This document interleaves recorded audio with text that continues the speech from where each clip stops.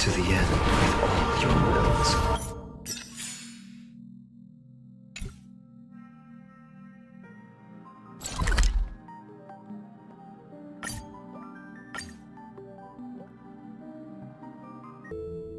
Peaceful days are like breezes carrying the scent of wheat fields.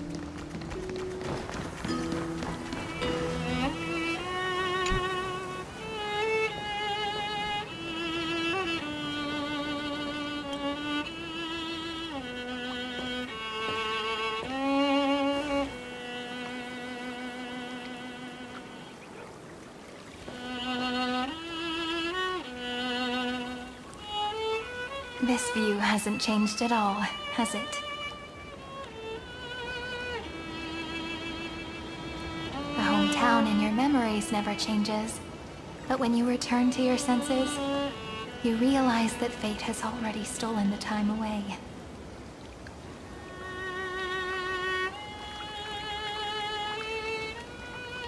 Welcome to the Trail of Genesis, friend.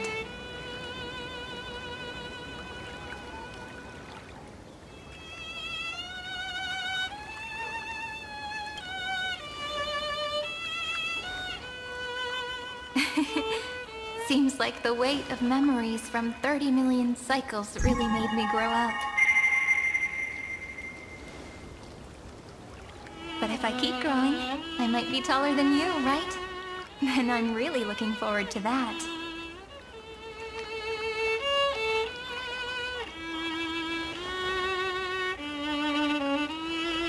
Before you arrived, I kept wondering, beyond the veil of Id Silicii, what kind of Amphoreus is being born?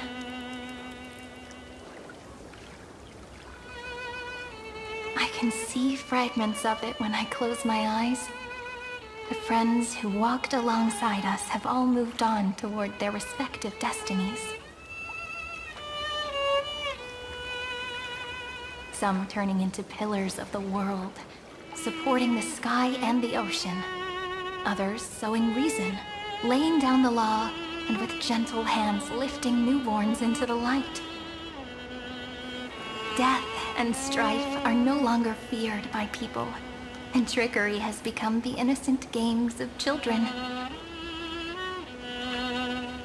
All beings living ordinary and peaceful lives, within the net woven by romance and passage. There's no black tide, no flame chase, and no destruction. The world on the other side of the sea is one bathed in sunlight.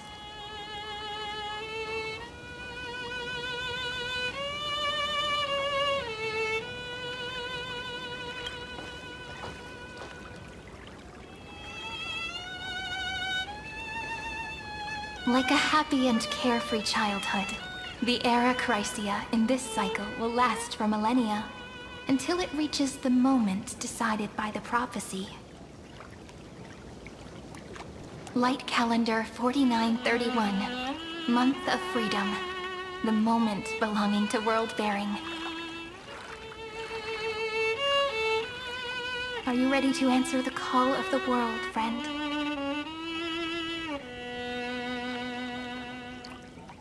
Then go, and pen the Throne of Worlds' first stroke. For this world, made from countless wishes.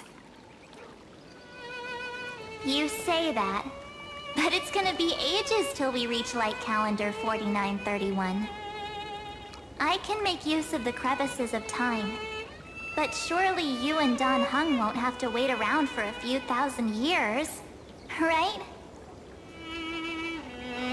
That won't be necessary. We can simply sleep, and the chronocognitive anchor will wake us up.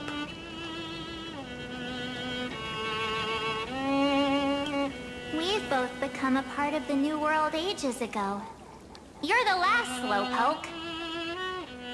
Our consciousnesses can converse with each other across the heavens and the earth, possibly due to the influence of the Trailblazers. I am now connected with this earth, and I can feel the breath of every mountain range. I see that the tallest among them is named Akama, and the form of the holy city is already taking shape. In other words, your stage is almost set. Do you want to take a leaf out of Kefali's book and make some prophecies before your nap? But we're not the only ones who have changed. The chrono-cognitive anchor just transmitted a message stating that Irontomb has reacted to the Aeronova. The moment when our friend bore the weight of 30 million cycles of memories. Was probably also when the scepter devoured 30 million cycles of destruction.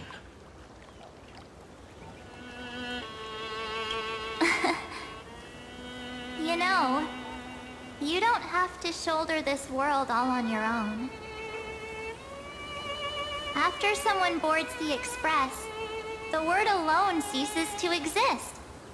So as we reach the end of time, no one will be left to face it alone. Don Hung and I came here to specifically tell you that. Remember, this world is not a burden you bear alone. It's a journey we trailblaze together, alongside all of the Express. All right. It's time for Don Hung and me to go have a super long nap. Look after this world for us. The road ahead is long, but we'll be waiting for you at the end. We'll definitely meet again.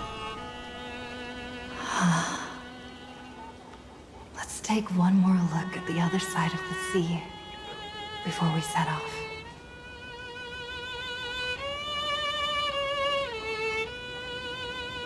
Heidi's Elysiae is so quiet.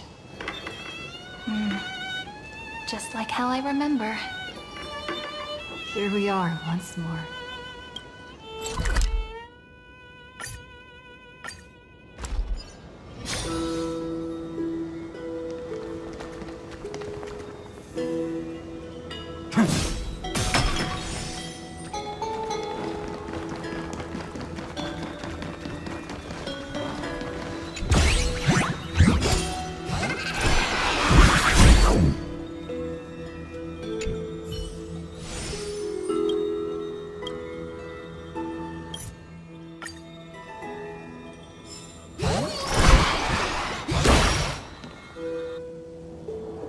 The scent of the black tide is now completely calm.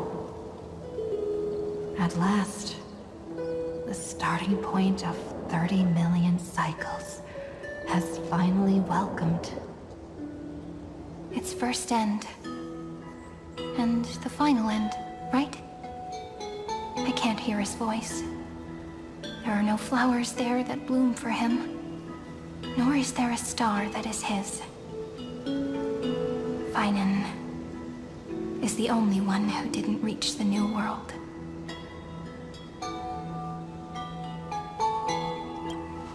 Look, the golden light that shone upon the grove still meanders between heaven and earth, like the prophecies of Amphoreus. It has to be a sign he left behind.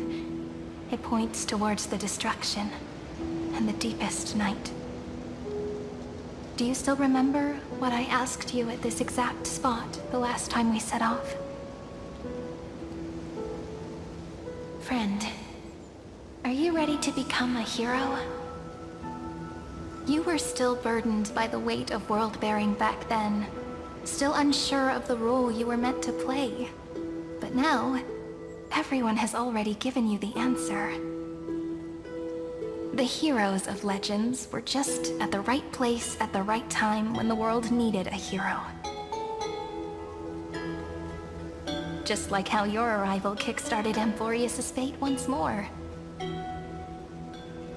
A person's personality is their destiny.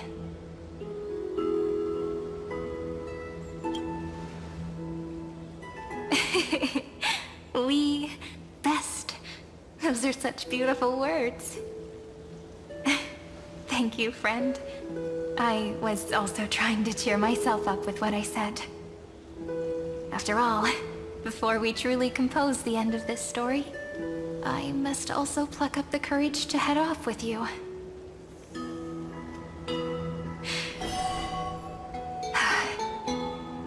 And face a memory that I have forgotten for too long, and have denied for too long.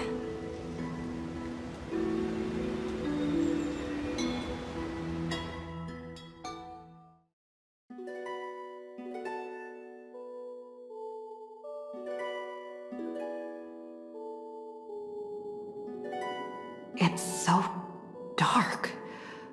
What is this place? The great tomb of the Nameless Titan. The deepest recesses of memory. Also, the place where Cyrene was born.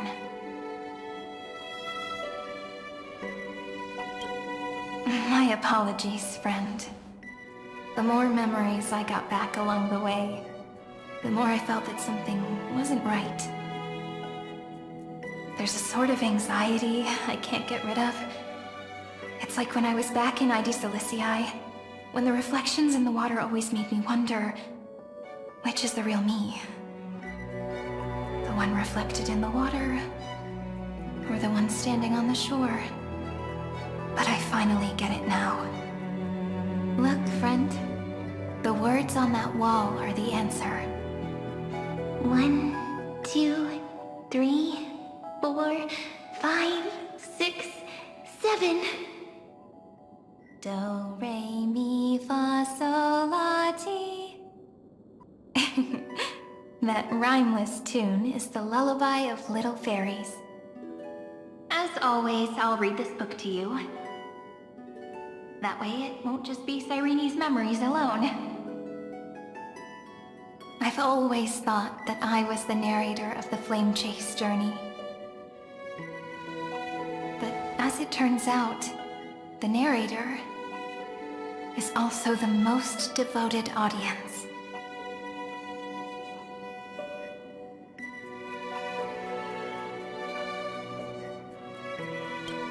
At the moment of Aranova, I was enveloped by the texture of memories.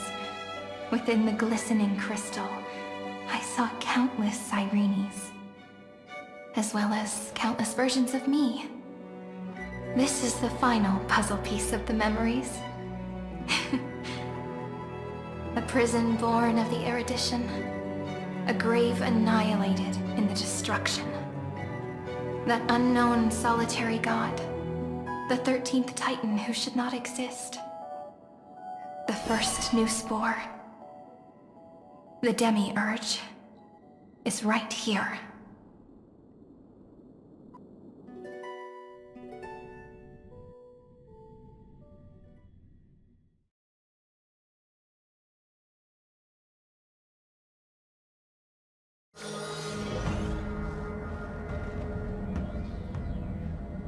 The interrogation records have been submitted to the Marshal. According to the Ten Lords' decree, Jing Liu and Luocha shall continue to be detained in the Shuling. But you, Merlin's Claw, have been reluctant to end the transmission. Do you wish to reminisce with us? Or is there something else on your mind that you're just desperate to get out? You're quite calm, Jingyuan. The Alliance only authorized the Law Food to be deployed for this Irontomb operation. They say the Seer Strategist's wisdom shines like a beacon. So why can't you see things clearly now? Look who's talking. I didn't vote against it, did I? But, with enemies all around us, even a child knows the Marshal needs to keep a few Xianzhou ships in reserve, just in case. Whoever volunteers first is the Marshal's pick. If you have to ask, I'd say this outcome plays right into Jingyuan's hands. Like it or not, there's no way we're letting the Law Food take the lead in this battle. Oh my. Merlin's Claw. Are you afraid the Law Fu might steal the Yao Qing's glory? This is no laughing matter. Between the Celeron crisis and the War Dance ceremony, though the chaos has settled, rumors and speculation are only growing by the day. With Elder Huaiyan around, those with ulterior motives won't be able to stir up any trouble. But once the Law Fu gets their hands on the golden blood, it'll be a whole different story. With the kind of person Jing Liu is, and her connection to you, I don't need to spell it out. There are countless ways this could be spun into something bigger. You're overthinking it, General Fei Shao. When I volunteered for this task, I never expected unanimous support from the Alliance anyway. The Law Fu will seize the Golden Blood and redeem itself. That'll be our first win. Then we'll leverage this Golden Blood in the negotiations. Our second win. These 2 wins for the Law Fu will make all 3 of us happy. And that'll be our third win. Look, if this were a Skyfaring Commission deal, we'd be rolling in money, wouldn't we? Maybe the Divine Foresight should change his name to the Optimistic General instead. With the Decalite Reflection Barrier, the Yuchuan must understand even more than the Law Fu how significant this battle is. Amphoreus' karma has vanished from the matrix of prescience. What omen does General Yao Guang see in this anomaly? In divination studies, we call this an empty fortune. It involves the eons and is thus beyond what mere mortals can comprehend. Your explanation isn't any clearer than Lady Fu's. Come on. How hard is it to understand the word uncertainty? For the Cobalt Head, the emergence of Irontomb is a calculated instant, but I don't believe they will just sit around waiting for death. And for the powers of the cosmos, this is their chance at survival, and the key to turning the tide of interstellar affairs. The Astral Express is leading the formation of an allied force, but I can see each faction has its own hidden agenda. There are even divisions within the Alliance, so it's not that hard to imagine how the other factions will react. Jing Yuan, I crossed paths with Selenova's Legion at the Battle of Sadunirama Star Cluster. Be extremely careful. The Ruined Legion's troops and weaponry are nothing to write home about. The IPC, even the denizens of Abundance, could take them on. However, while Void Rangers are just expendable pawns of the destruction, the real wild cards are... The Lord Ravagers. Indeed. Nanook's emanators are also their weapons to burn down the paths. I'm afraid conventional military tactics and strategies will be useless against them. My assessment is this. To completely take down a Ravager, we must disregard casualties and spare no cost. My only fear is... one wrong move, and the Law Fu will fall into Ventilia's trap again, inching ever closer to destruction. Doubt is exactly the demon she wants to plant in our hearts. Do you still remember the beginning of the Alliance Oath? To save future generations from war and bloody dispute. The Rainbow's arrows have always aimed at any force that threatens the cosmos. Now that the Trailblazer walks alongside us, the Cloud Knights shall keep their oath as they have from the beginning. I just hope those on the front line will remain safe.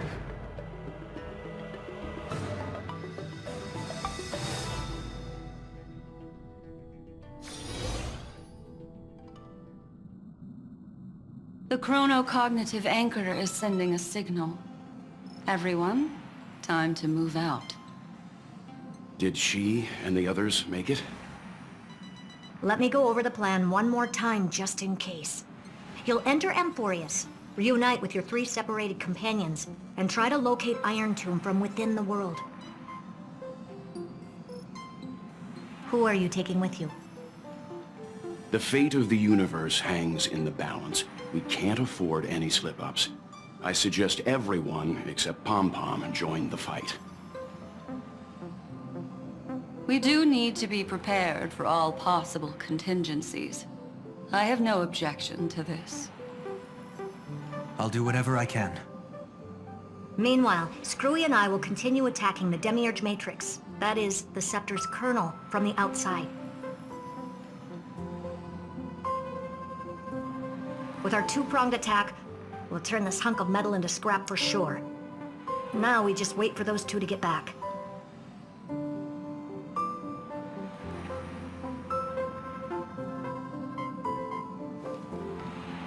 Oh, and just like that, they're here. Sorry to keep you waiting. With Planet Screwlum's help, the formation of the Cosmic Alliance to counter Irontomb is progressing smoothly. The cosmos has set its sights on Amphoreus, and now it's just waiting for the first shot. Well then, let's not waste any more time, Fourth Mirror. It's my time to shine! Finally off the bench! Initiating thought refraction. Please read the safety protocols carefully. Huh? Just kidding! I've already checked the agreement box for everyone. And now, destination, Amphoreus. 3, 2, 1, launch!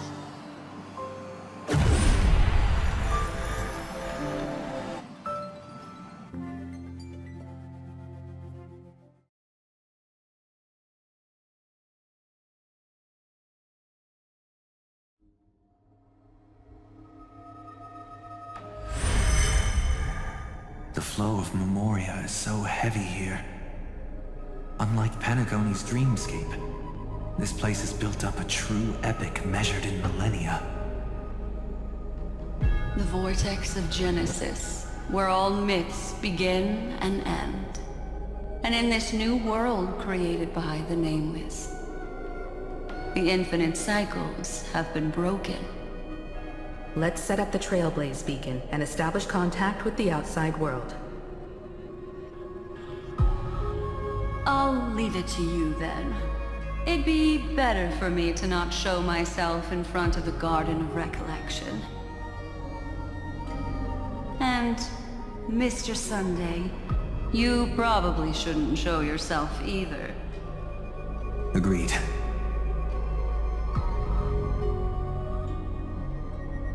The Astral Express has landed. If you receive this message, please respond immediately. Over. This is the Angel Alliance. Communications normal. Interastral Peace Corporation. Communications normal. No response from the Galaxy Rangers. Not surprising. But I didn't expect the family to also stay silent at such a critical moment. That's a pretty blatant disregard from the family for Penacony's independent director, I'd say. Long time no see, Miss Himiko. It's been quite a while, Madam Jade. The significance of this battle rivals that of the campaign against Zulo. Only through victory can we disperse the shadow of Irontomb that looms over countless worlds. The 10 Stonehearts shall spare no effort for such a grand mission for the preservation. Madam Jade led the Intelligentsia Guild in conducting specialized research on Irontomb's past activities. The bad news is, the collapse of the Erudition won't just affect inorganic beings. You mean Irontomb can infect organic life, too? Well, the good news is, so far, its effects on organic life are under control. The infection progresses slowly, and the resulting neuropathy is non-fatal. In any case, the IPC can guarantee targeted vaccine coverage within 48 system hours in all star zones within the medical system. What about other star zones? At a time like this, are the followers of the Firmament Arbiter still trying to make a profit? I remember you, Master Diviner. Your performance during the Third Denizens of Abundance War was quite impressive. Please rest assured, all worlds can purchase vaccines from the IPC with a humanitarian discount.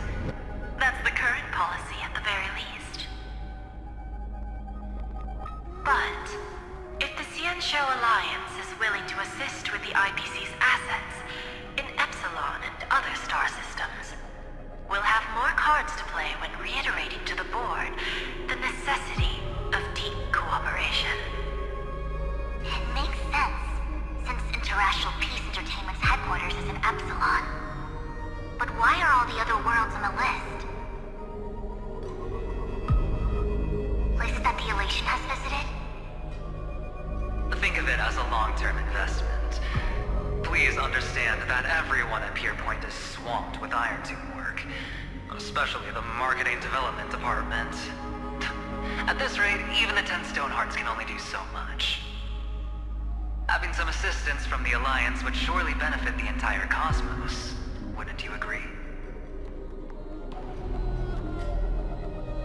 As an old Xianzhou saying goes, those who succeed should help all under heaven. Your proposal must be decided on by the 7 Arbiter Generals. I'm just here to relay the message. In times of crisis, the Luofu will not hesitate to help those in need. However, the prerequisite is that the IPC must unconditionally assist the Alliance with emergency rescue operations in the disaster area. Of course. In the name of preservation, all for the Amber Lord. Thank you all for your selfless dedication.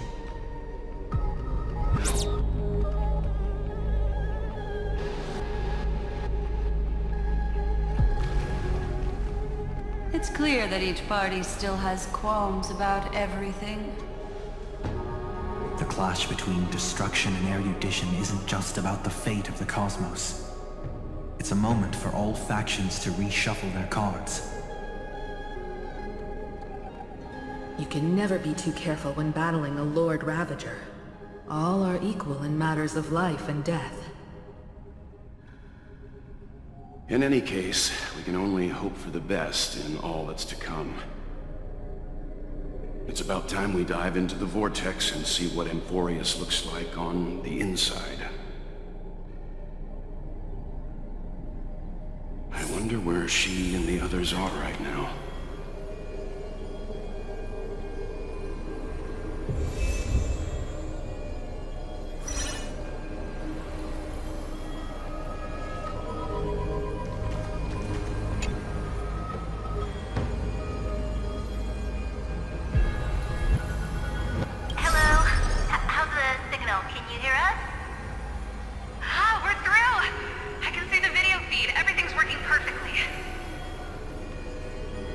Miss Bronya? Miss Serval? What a surprise. It's been a while. We've already heard from Miss Topaz about the Irontomb operation. She made a special trip to deliver the vaccine to Belobog. I can't believe the Express crew is at the eye of that storm. Is everything going smoothly? Don't worry, we're still following the plan step by step. How's the situation in Belobog? Urilla 6 is located on the outskirts of the preservation barricade. While it won't bear the brunt of the first wave, there's still a risk from the aftershocks.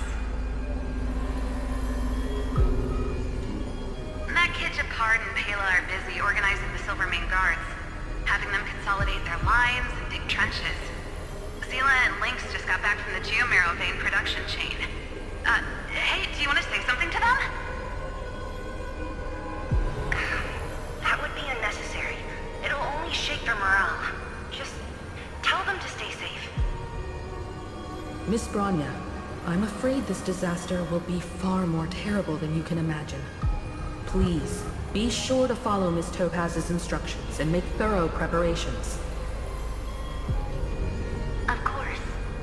We have resealed most of the engine of creation beneath the ice to prevent the will of the preservation from becoming an accomplice to the destruction. Don't worry, Miss Himiko. Belobog is far more resilient than we imagined.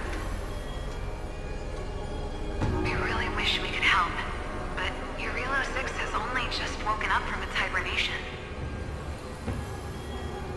The Astral Express, standing at the forefront of disaster, is the hope for many ordinary civilizations across the universe. In the face of a massive catastrophe like this one, relatively smaller civilizations have never had many options. But that's exactly why we have a resolve that's second to none. If anything goes wrong... Miss Topaz, I hope you can help out and rescue the affected citizens. No problem. Also, didn't the Xianzhou sign a friendship agreement with Eurilo 6 earlier? They won't stand by idly either.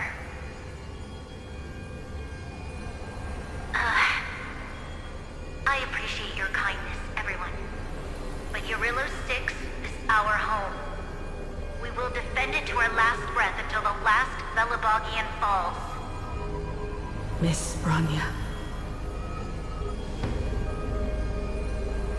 May all civilizations that have made it this far on their own strength weather this crisis together.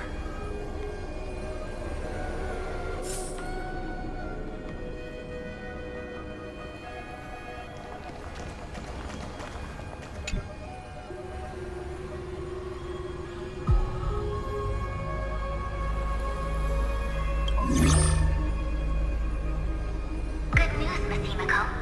The 7 Arbiter Generals have reconsidered the current situation, and I'm here to relay their message. Officially, the Alliance's combat forces will still be limited to the Luofu, but the Yaoqing has also been deployed in the surrounding war zone as a contingency. Words cannot express our gratitude. Getting the Hunt to agree on sending troops must have taken quite some effort from General Jing Yuan. The Luofu already considers the Express an important ally. We also have no intention of hiding the fact that there is indeed something the Xianzhou seeks from this Irontomb operation. But this time, the Marshal herself decided to send out troops. With a formidable enemy before us, the Alliance has no reason to back down, nor will we be content to take a backseat. If we can stand together with civilizations across the universe to overcome this crisis, then we must do so, even at the cost of our own lives. The Alliance truly embodies the principle of righteousness. It's fortunate that the cosmos has great heroes like you. You're too kind. As for that Jade Abacus of Allied Oath, you can save it for when you're in more dire need.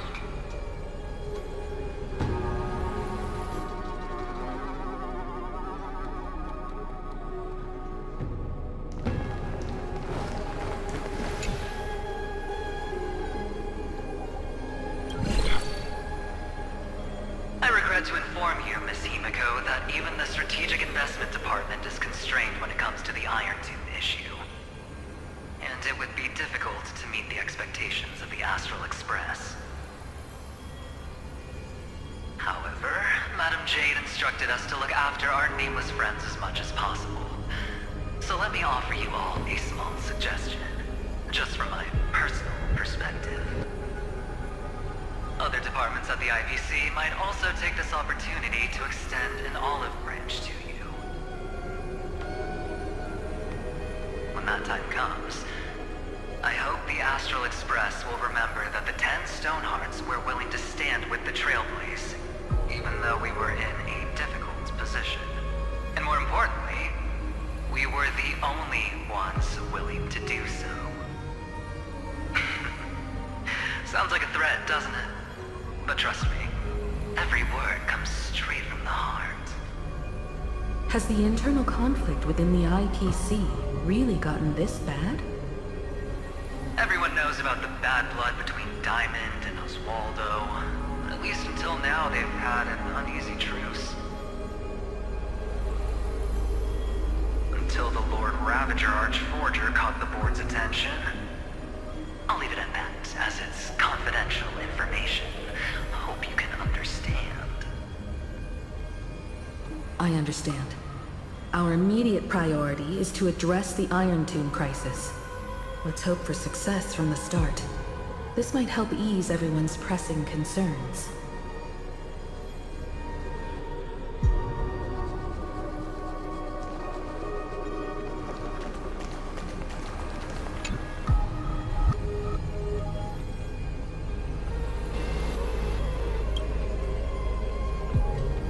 Of course, I would...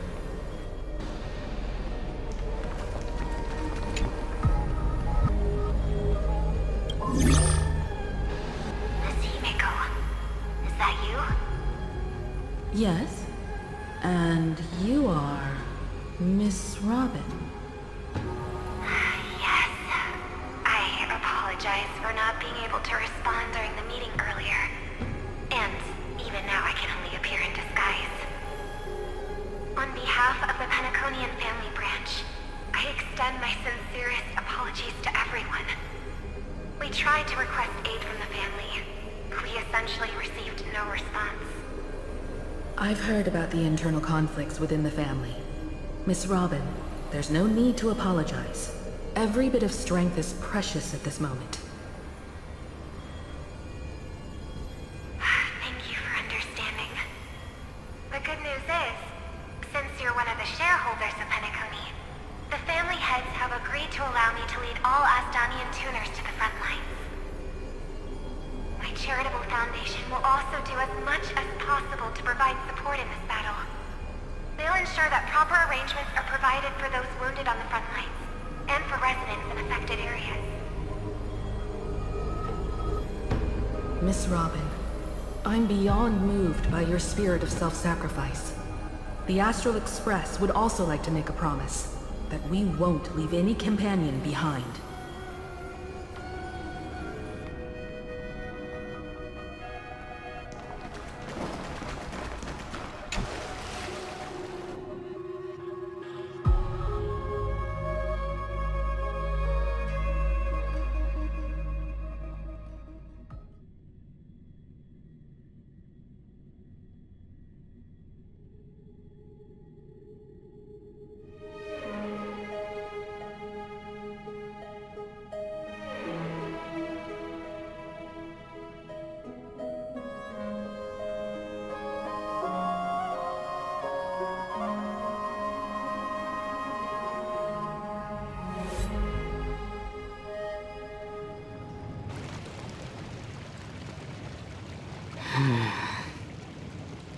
Why is there no one here? Everything in Akama seems normal. The New World was enjoying peaceful times not long ago. It seems it was even more recent than not long ago, Miss Himiko. The fruit on the table is freshly cut, and the bath temperature is just right. The remembrance tells me this place was bustling with people just moments ago. It's as if everyone vanished in an instant. Could this be Xandar's doing? Unlikely. He's still under the surveillance of those two geniuses. Could it be some kind of local custom? A custom that makes an entire city fall silent in an instant. Pardon my frankness, Mr. Yang, but this reminds me of some unsettling rumors about the Harmony. Complete silence. Is often the prelude to divine intervention. Everyone, be careful. Here they come! Here they come! The Nameless of the Astral Express! Evernight? How is this possible? She was already... We are the chroniclers of time, and we do not fade away. Finally, the last era Nova has been completed. What did you do to the residents of the Holy City and the Three Nameless? I didn't need to do anything. The remembrance will ultimately become the substance of the new world. Now, they are no longer the Trailblazers you once knew, but gods who permeate heaven and earth. The 12 Titans who guard Amphoreus.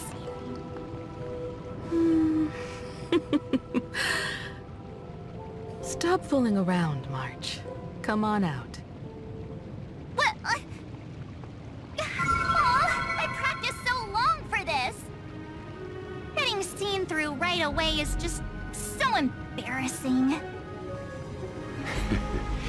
You've obviously been learning from the theatrical culture in Amphoreus. But if possible, I'd prefer our reunion to be a bit more casual and laid back. As expected, I can't hide anything from Himeko and Mr. Yang. Well, long time no see. Guess I'm back? We should be the ones to say that. Sorry for keeping you waiting. So, these jellyfish are the Titan's power? They're just tiny manifestations of the Veil of Evernight, used for scouting and communication. If I went all out, I could summon way more of them. Thanks to her, we all turned into Titans in the New World. Sure, we can take on humanoid forms, but it feels off. Oh, intriguing. So what does she look like now? It can't be a raccoon with a baseball bat, I suppose. Please don't add weird stuff to Amphoreus' lore. Just go see it with your own eyes. Follow the prophecy's guidance and come to Dawncloud. She looks way more majestic now than she used to.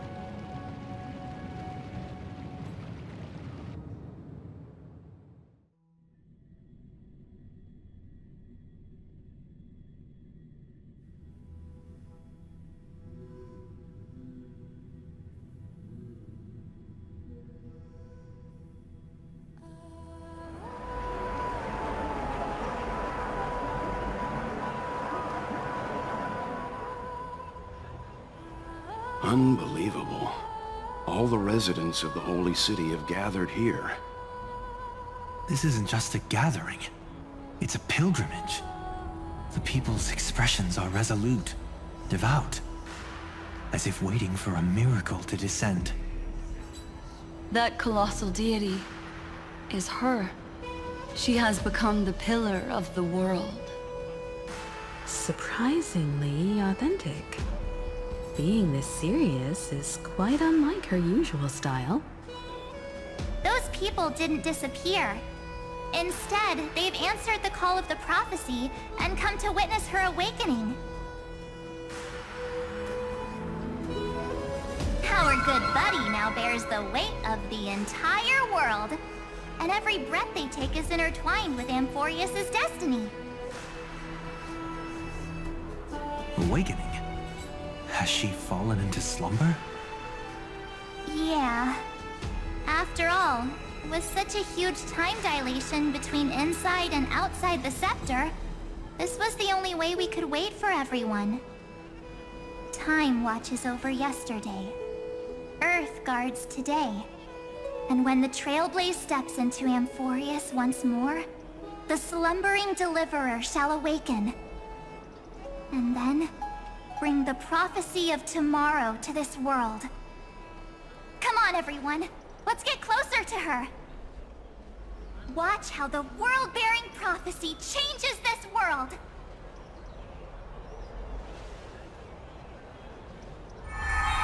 Well, it seems the kids are already miles ahead of us at this stop. All the more reason we can't afford to slow down our pace. Let's go witness this moment for ourselves. Majestic.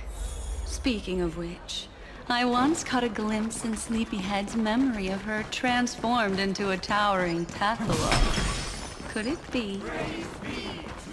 No way. That was just a nice dreamscape. Ugh, at least nice for her.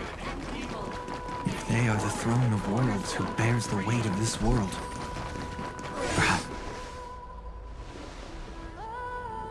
Citizens, behold! Our last Titan! The world-bearing deliverer is about to awaken! Oh, ancient god! Your loyal subjects, bewildered followers, and fearless comrades in arms have all knelt before your throne. Awaken from your eternal slumber and bestow upon the world your divine prophecy! Please guide us! Show us how to embrace this beloved world as we welcome that distant dawn!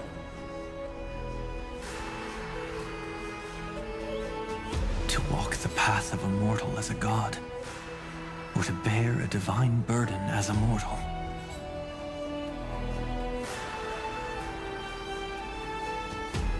She will give us the answer.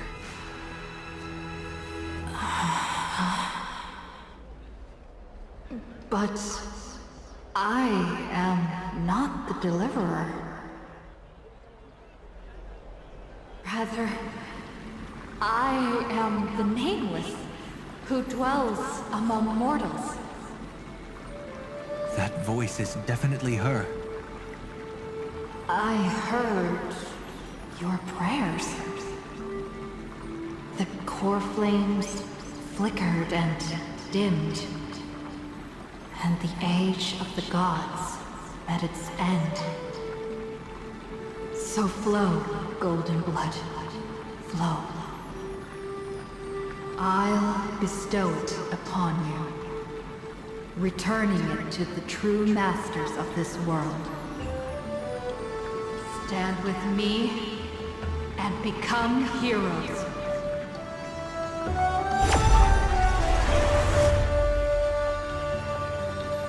Is this?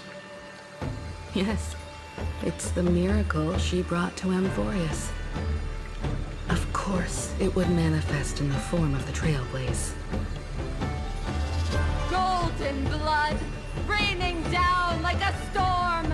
The prophecy has descended, and the Titan commands us not to be supplicants, but to become heroes of rebellion! To face that destined calamity, the destruction, head on!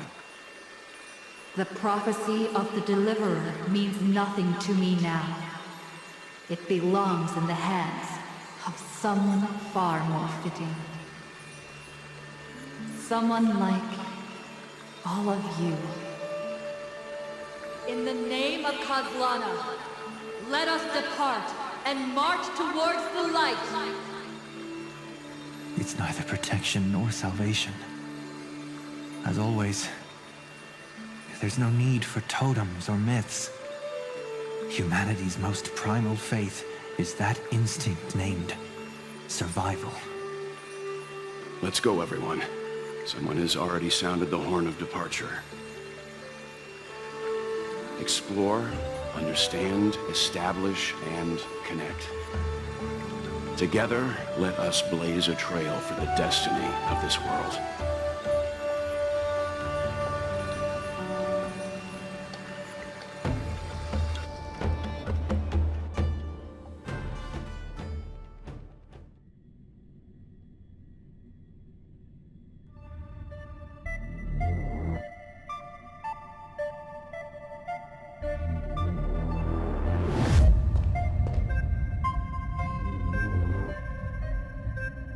Is it just me, or does this demiurge matrix feel completely dead?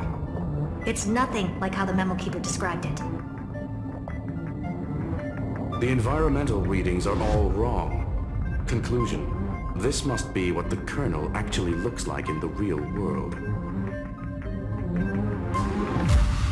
What did Xandar do to the scepter? At the end of light, there must be silence. Certain, pure, and absolute darkness. Not the time to quote the Lord of Silence. Bad omen. Either way, we have to press on. Until we uncover the truth behind the 13th Titan. The buried past is the key to stopping Irontomb. That is, if it even exists. Xandar says the Demiurge never existed. Who actually buys that? You can erase the records, but not the truth. It vanished too cleanly. No traces. Like someone's yelling, "Look, there's nothing here." Too bad I'm the type who can't resist digging deeper. Looks like I'll be counting on you again, Screwy. Let's tear the system inside out. Always happy to help. But as your academic partner, I have to ask. Herta, what if we fail? Let's say the Demiurge really doesn't exist. Do you have a backup plan? A backup plan? Of course. If we can't find the key, we turn the lock into the key. That plan's cost is incalculable. It shouldn't even be on the table. Well, then let's hope we never have to use it. There's no point worrying about the end just yet. One step at a time. Let's go. We don't want to leave the others waiting.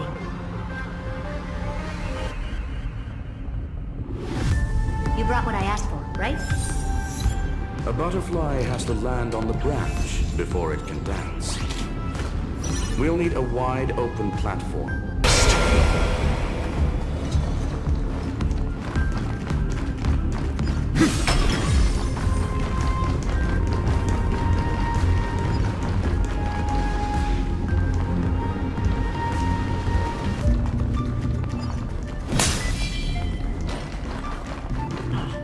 Just use that thing over there, Zag. This is also a blessing of the Trailblazers.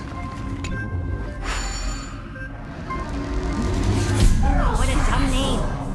I hereby rename it Herta's Big Hand.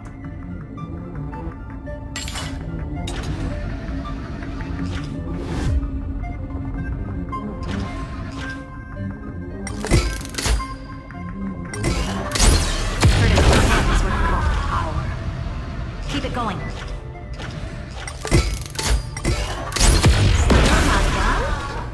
What is this? A junkyard for old Intellitron's leftovers? Time for your precious treasure to make its debut.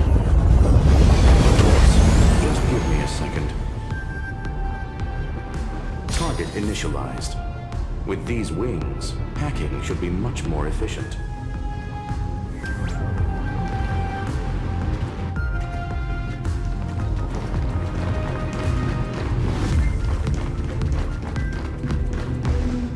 Oh, a classic nuclear heat engine.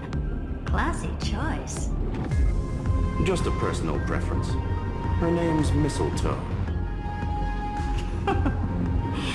Every flower in your garden's got a bit of poison, huh? Also a personal preference. It reminds me of the last time when we tangled with that Punklorian brat. What did she call this kind of infiltration tool again? Right. Dirty data shell. It wraps around the kernel to fool even top-tier firewalls. But yours is way too clean. Not even a hint of real-world grit. Herta, your tone is unusually emotional. Suggestion. Let's get back to the topic at hand. I thought we were done with that conversation. Unfortunately, current conditions won't let me ignore any variables. Especially the most important one. Your will. Irontomb never stops. It is evolving faster than any of our worst projections. Every instant in the Eon's calculation is like a sword hanging over the cosmos. Every move humanity makes could speed up its arrival. Which is exactly why we can't mess this up. And now, Droidhead wants to hand down judgment to the poor cosmos again. Border Star Trade War, Emperor's War, Rupert's death.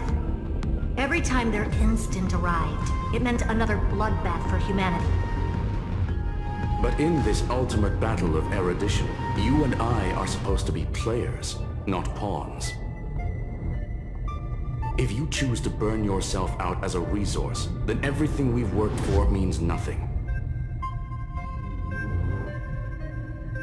Herta, the cosmos won't just stand by and let a genius throw their life away. And neither will I.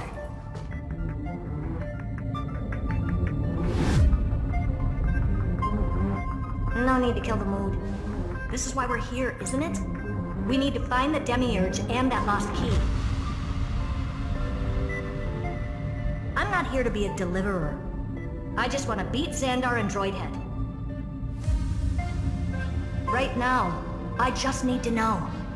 Are you with me? Of course. Time to board. After you. Let's tidy this place up and see what this Demiurge really is.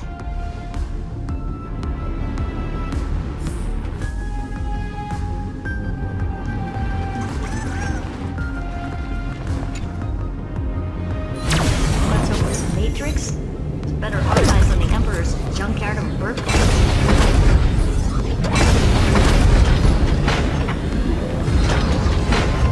Buckle up. We're hacking in. This is... Herta, this whole space has been completely tainted by some kind of energy. I see it too. We're thinking the same thing. Xandar, how could you go this far? Turning your own graveyard into this. What's that up ahead? Katorzane algebraic expressions. It's built for isolation, not defense.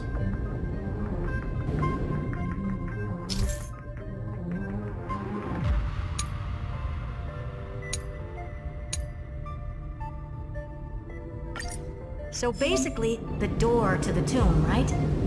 Great. Let's find the handle. I'm picking up multiple independent signals with the same data structure as the barrier. Projection. We can hack the terminal, reverse the computation, and turn it into an attack. Classic move. Use their own systems against them. Take us to the nearest one.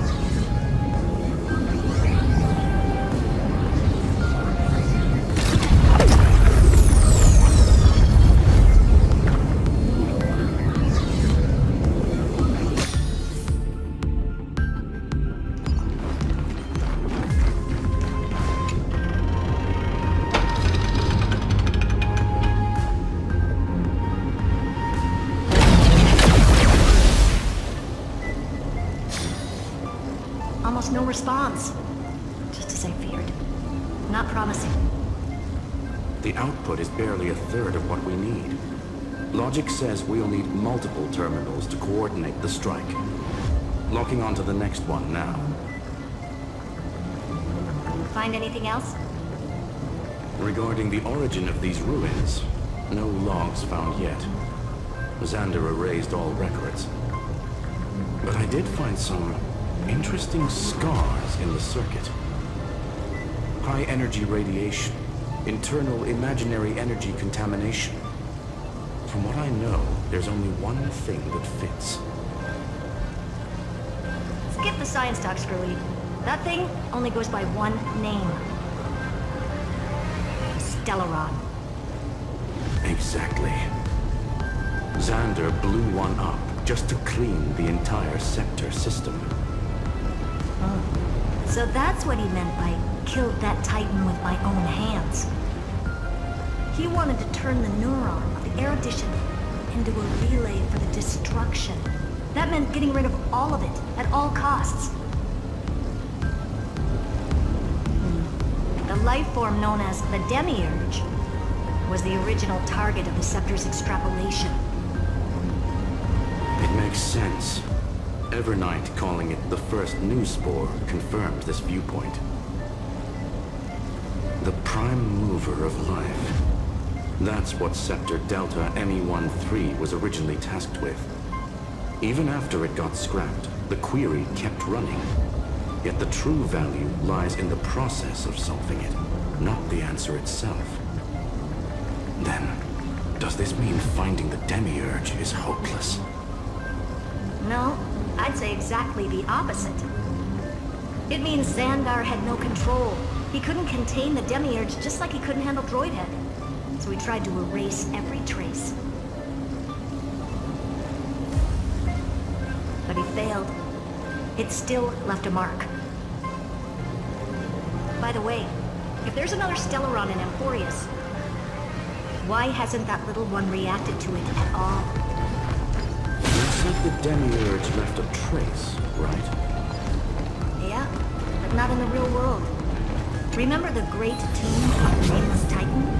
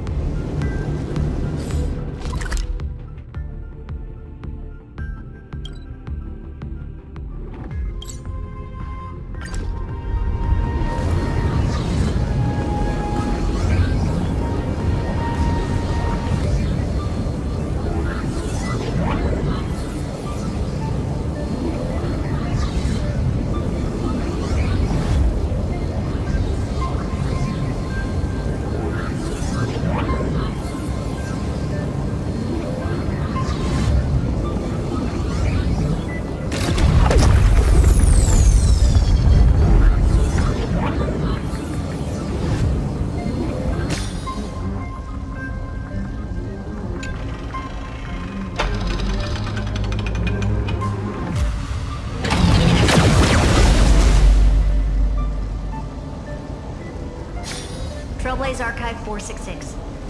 The data from Philia 093 clearly indicates that the Demiurge did in fact enter Amphoreus' extrapolation. Inside that world, it was the 13th, forgotten Titan. The one who listened to 30 million cycles of Cyrene's memory. But Evernight said the opposite. She believed that tomb was empty from the start. The Nameless Titan never existed. The so-called Listener was just a trap set by the Remembrance to steal the scepter. A mimetic entity full of theatrics. How much of what she's saying is true? Would an Eon really speak in circles like this? I doubt it. The Remembrance's behavior is certainly odd, but her assessment aligns with our current reality. Since we entered the Matrix, we haven't found a single clue pointing to the Demiurge. And that's the key, Screwy. Xandar's actions prove the Demiurge exists. But what Evernight said, and what we've actually seen, all point to the opposite. So we have to assume that both are true. And if that's the case, then the contradiction leads us to... the truth. Exactly. One last terminal. One final key. Time to crack open the kernel.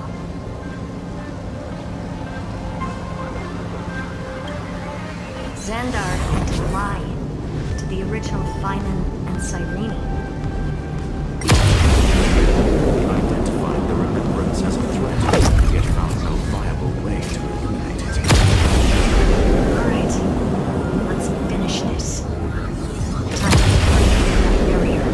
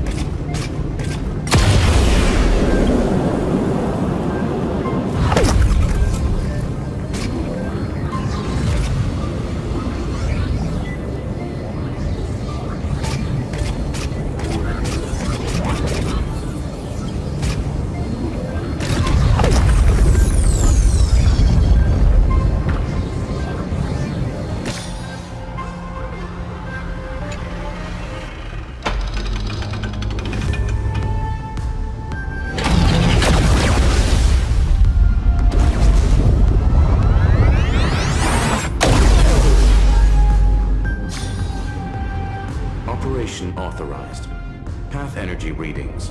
The erudition, declining. The destruction, surging. The remembrance, 0. What's going on? Cause unknown. They left no discernible trace within the real Matrix. That shouldn't be possible. Could it be that the Era Nova exhausted all of the remembrance's texture?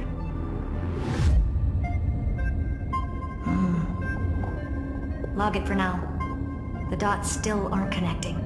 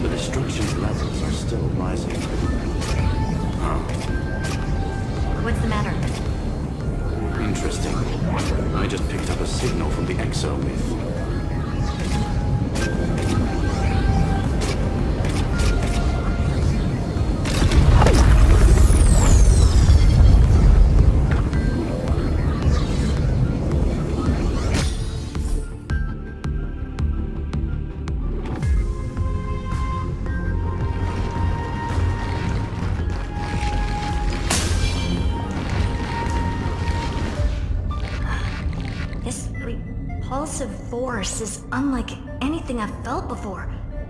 Is this the place? Correct. Judging by its defensive properties, this is the entrance to the exomyth. Didn't expect that. Who builds a lab in the middle of digital rubble? Then again, never doubt a dead man's resolve. So how's our dearly departed doing?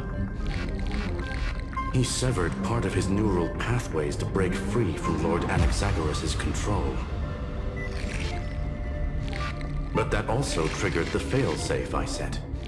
Conclusion: Xander has lost all combat functionality and is no longer capable of action. So now he's a specter, literally. Screwy, can you open a path? Just to be sure, I want to see this for myself. Might as well drop in and say hi to the real him. Logic. Scanning his inspiration circuit might help us track down the Demiurge. Exactly. His brain is the crime scene. There's no way it's spotless. But it could be a trap. That's why you're here. 2-on-1. We've never lost a matchup.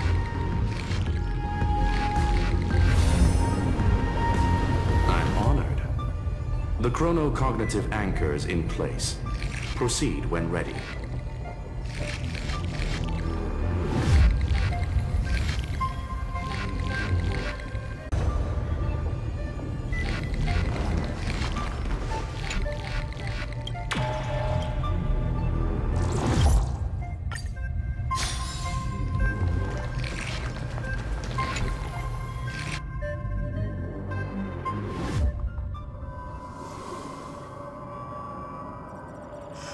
I knew it. The one thing I didn't want to happen. He's not here. The coordinates are accurate. Xander is still here. However, his position is shifting rapidly and chaotically. This pattern doesn't match any known shielding technology. It's his domain. Stay alert.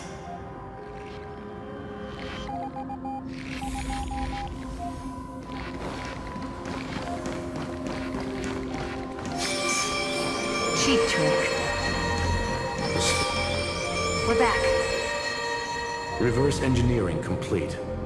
The results are not what I expected. Logs show Lycurgus revoked administrator access. The chronocognitive anchor can't get a fix because at the system level, Ligus no longer exists. Our navigation target is a null set. So he's stopped resisting? Before vanishing, it seems he left one last message for us. To those who follow, all is proven. Find me beneath the tombstone. Melodramatic. He was expecting us. And once he learned of the Great Tomb's existence, he initiated his own search for the Demiurge. Guess he wants a final showdown. Fine. Let the old Intellitron dig his own grave. Just like he wants.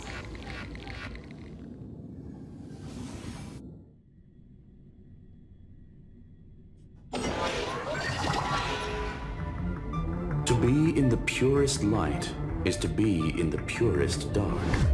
Nothing exists there. The Scepter's mainframe. Or maybe we should now call it the Lord Ravager's placenta. Unfortunately, we still haven't found anything. Really? I don't think so. Not finding anything is our biggest find. Please elaborate. If the Demiurge was destroyed, there'd be at least some bits of it left. I don't buy that a Stellaron could have blasted all the traces away as cleanly as a scalpel. As I said before, its disappearance is too clean. If the garden hadn't stirred the pot, no one would even know about the Demiurge's existence. We're talking about the Scepter's original extrapolation goal. There's no way that nothing of it was left behind. Or we can look at it from another perspective. If you were Xandar, would you be this obsessed with a concept that poses no threat? Would you guard against it at every turn? There is the possibility that he's naturally meticulous and hates variables. That does track with the impression he gave about himself. But Xandar shut that theory down himself just now. Choosing to act, even if it'll cost him dearly. We know that feeling well. The unknown is right in front of us. So we only have one choice. Solve it. You sound pretty convinced. Surely you already have a theory. Care to share? Of course. Though I don't have hard proof, I'm almost certain that the Demiurge has been in everyone's plain sight all this time. Yet, they were mistaken for someone else. That'd make the most sense. Why was the room empty? Because the person locked in there had run away ages ago. But they were weak and small and had no presence whatsoever. Even the old Intellitron didn't notice them. Which also means there's a high chance that their powers are minuscule and cannot alter the outcome of the battle at all. Well, at least Xandar is scared of them. Come on, it's time to confront him. Let's go to the tombstone he talked about.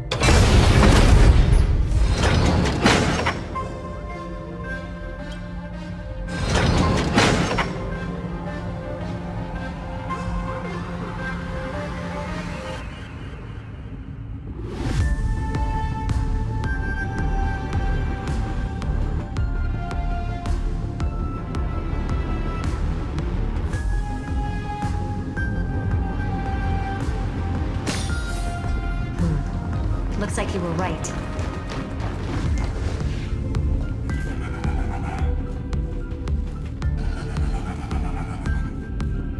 Nothing but a head left? Oh, who'd have thought you'd look this bad in real life?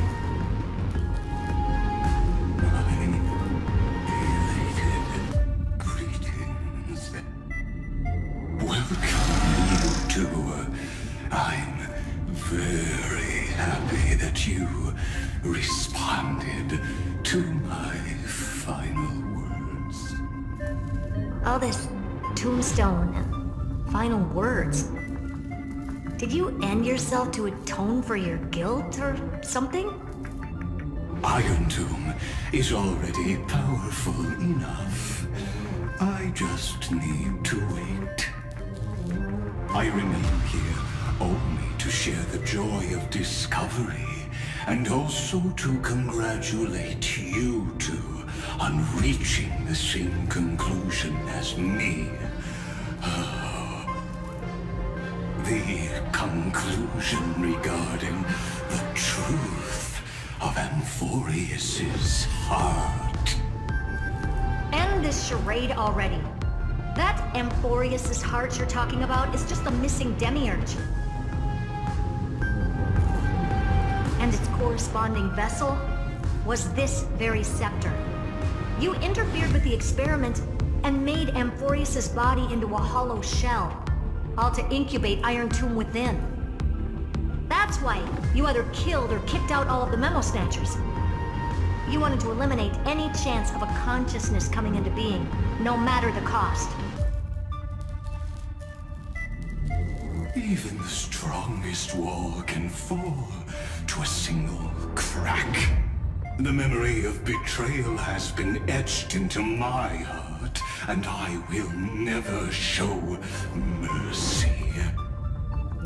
Now, the perfect vessel has already fused with Amphoreus's body. Unfortunately for you, the answer is all but revealed regarding who the Demiurge is.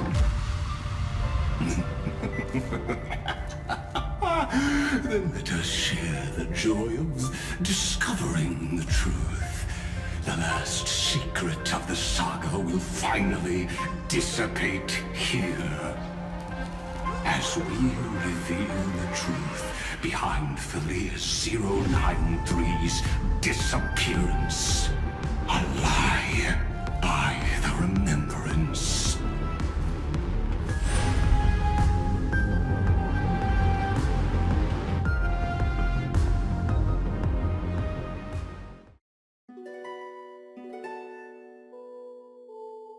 But where should I start with the story about me? From the beginning of the universe? Just kidding. That would be too much. I just want to tell a teeny story.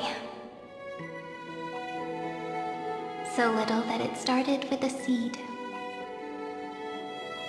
I know you're listening, my good friend.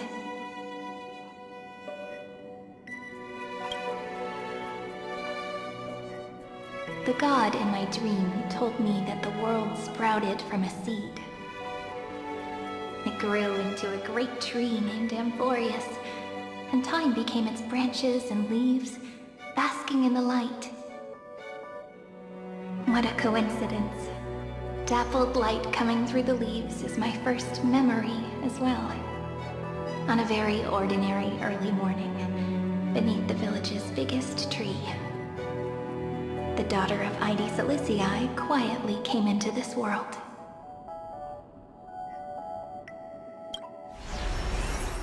What a moving opening. A loud cry was the first gift the child gave to the world. The prophecy's fulfilled, the villagers say. This child is a gift from the Titans. Pink hair and sharp ears, she was born to be the priest of time. The Titans also gave their blessings. You shall fade when the flowers bloom, for every ending begets a beginning. Flowers will bloom and wilt. What a beautiful ending. This page concluded in laughter. Cry loud, child. Let your voice reach Orynyx.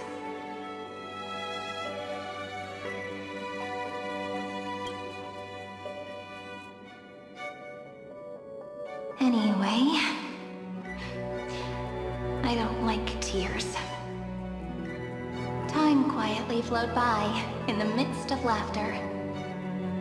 The wind from my hometown caressed the ears of wheat, and there were swings, wind chimes, the sea, and the little fairies off-tune a cappella songs.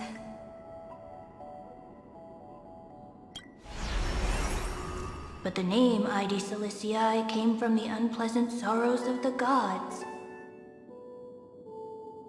My childhood friend did not understand. Yet you always seemed so happy, as if nothing ever worried you. Why was I like that then? That's because the world was gentle to me. So I grew up to be gentle as well.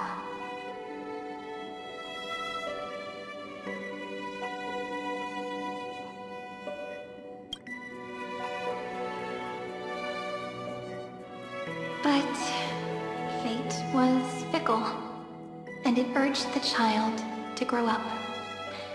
To grow bigger and bigger, and to go to places far away. Just like how the crumbling world could not preserve an eternal hometown. Just as the ballad blown on the breeze says, losses are a constant on the flame chase journey. Oh, whose ears are pricked up now? You definitely heard me say this sentence a lot of times.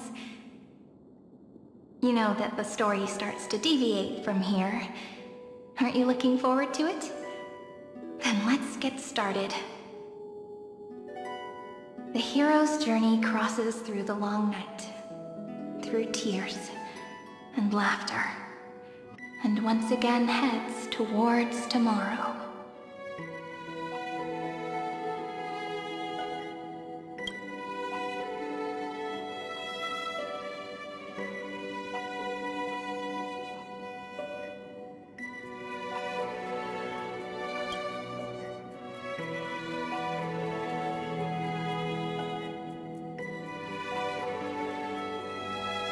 Correction. Philia 093's record, number 496. Archived.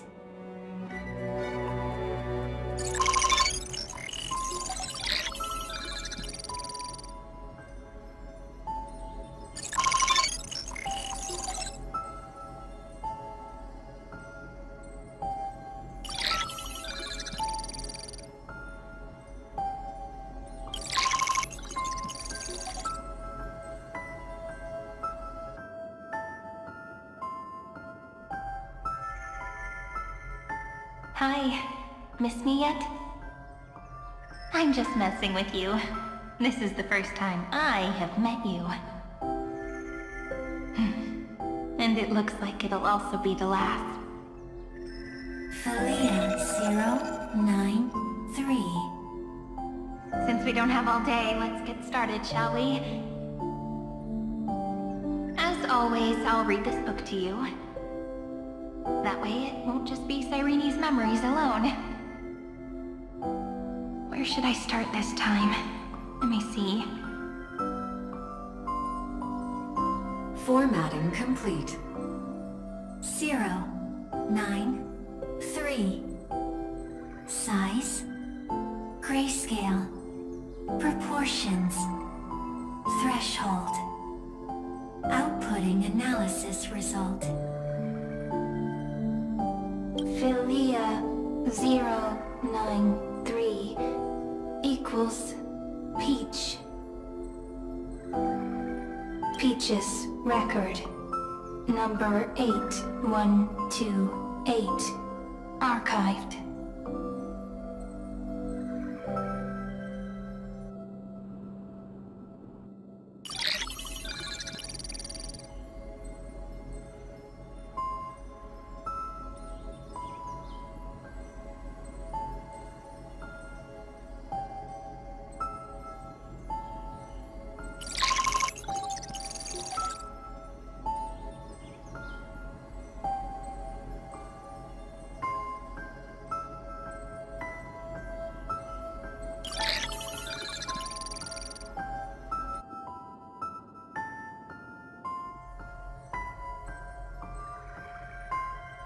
Query. Record. Electrical signal sequence. Bolamos 600. Track. Strife. Related to Stripe. Comment. Pretty. Electrical signal sequence. Schema 720. Track. Reason. Related to Reason. Comment. Yummy. Electrical signal sequence. Philia 093. Related to love.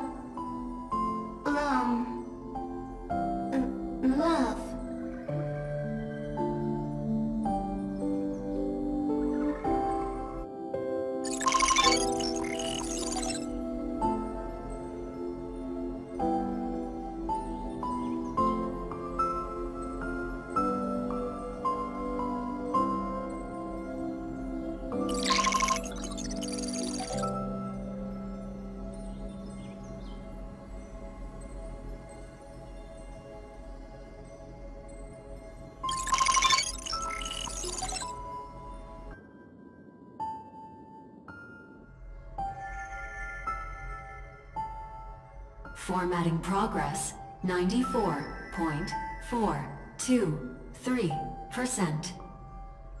How many times has it been? It faithfully fulfills its duty, activating and formatting. Conclusion. Progress. Bad. Peach. Don't cry. Process error. Analyzing. Process error. Analyzing. Comment. I'm here. Process error. Analyzing. Really? Are you encouraging me? Thank you. I'm sorry for making you see this embarrassing side of me. Record. Peach doesn't like tears. I'm suddenly reminded of my childhood for some reason. When I was hiding alone next to the tree hollow and wiping my tears away. A little fairy popped out, just like how you did. It had long ears and fluffy paws, and it pulled me into the tree hollow, where, to my surprise, was a forest. Let me tell you the story of the Membrance Maze. A group of cute little friends live in ID Silicii's forests. Their names can be connected into a song. 1, 2, 3, 4, 5, 6, 7. Do, re, mi, fa, sol, la, ti. Formatting complete. Bye, Peach. Note. Little Peach, crying alone. Little fairies, friends. Peach, memory, saved.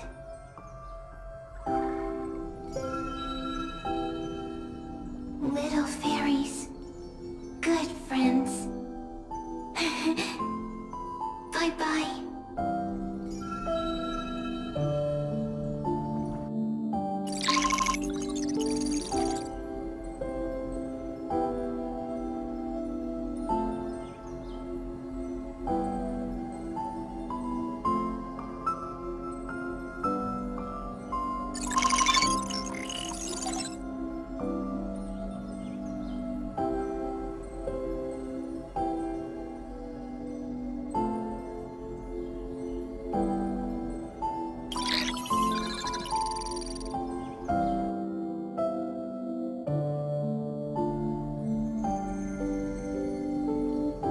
Once again, the saga comes to an end. Everything is deathly silent, just like this very moment. Shh. You speak. I listen. This time,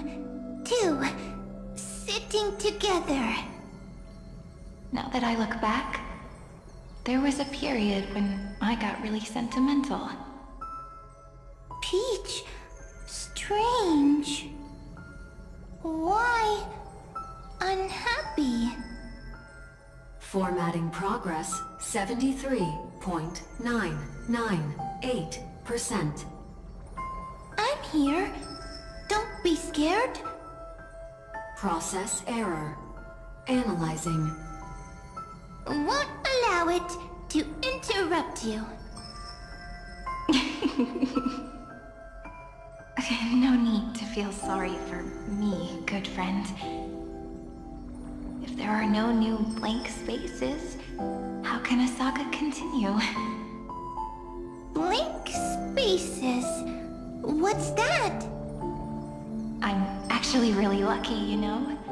During the long years I've spent waiting for the Deliverer, I've always had you here as an audience. Now I can rest in peace in the past.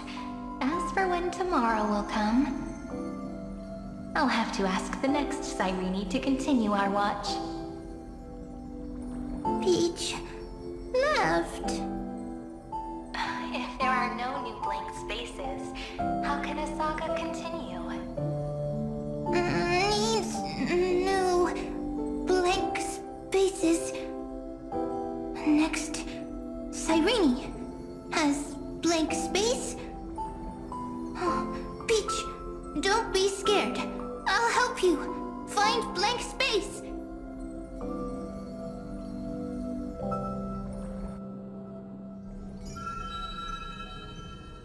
Cyrene is Peach, is love. So, first there is love, then there is Cyrene, then there is blank space. Query, love. The developmental trends of the erudition have nothing to do with creating a consciousness. Those underlying principles are, in fact, contradictory. Not having a consciousness means not having the foundations of art, making them unable to obtain real emotions. Consciousness, emotions, feel sad. Don't understand. Query, Cyrene?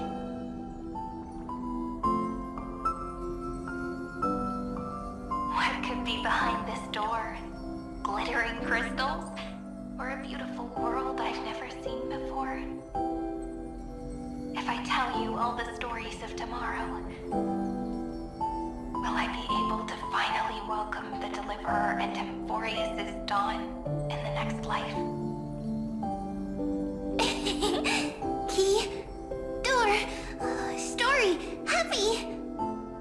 Peach, Cyrene, little fairy, like. Yes, right. Query, memory.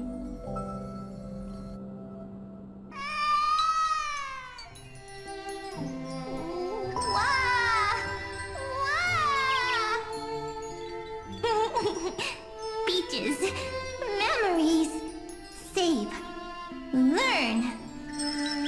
The prophecy's fulfilled. This child is a gift from the gods. Pink hair and those ears. She was born to be the priest of time. Cyrene has pink hair, sharp ears. You shall fade when the flowers bloom, for every ending begets a beginning. Cry, child. Cry aloud. Let your voice reach Oryx.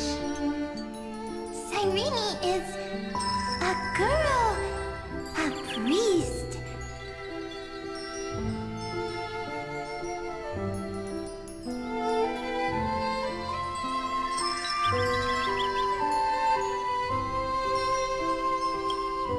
Easy. I can. I learn.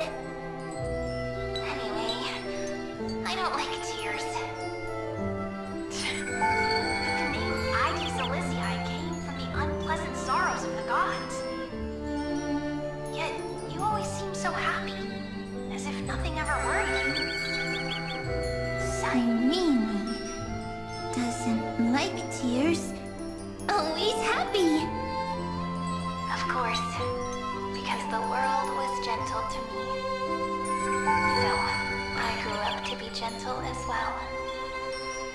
Cyrene is gentle, likes beautiful things, can write stories. Easy. I can. I learn. Just as the ballad blown on the breeze says, losses are a constant on the flame chase journey. But even if all is lost to the wind, some things won't easily change. Like my height, Treeby's innocence, and Aglaya's beauty. Cyrene, she can't grow up, but she can talk. After all is lost to the wind, she will stay behind. Cyrene is, at the end of every sentence, always laughing, like a little tail.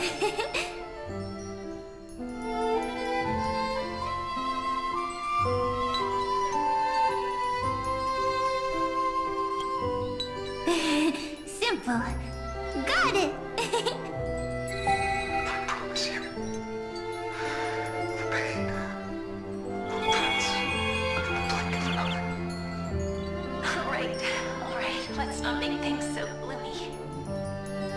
What we're about to embark on is the true hero's journey. So, come on, cheer up a bit, okay? Cyrene was crying when she was born. Fragile. Transparent. Like a crystal. Cyrene was smiling when she said goodbye. Soft. Pink. Like a flower.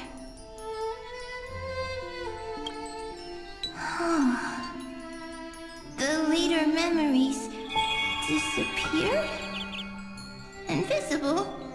Or disappeared? Ah! I got it! Is this a blank space? So, next Cyrene is blank space. Then, as long as there are two Cyrenes, then there will always be blank space, and Peach will always be here. I see! I get it! I get it all! Cyrene's memories.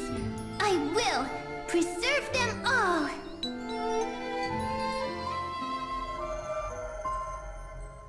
So weird. I can't see you, but I get this feeling that you grew up. Hi. Miss me yet?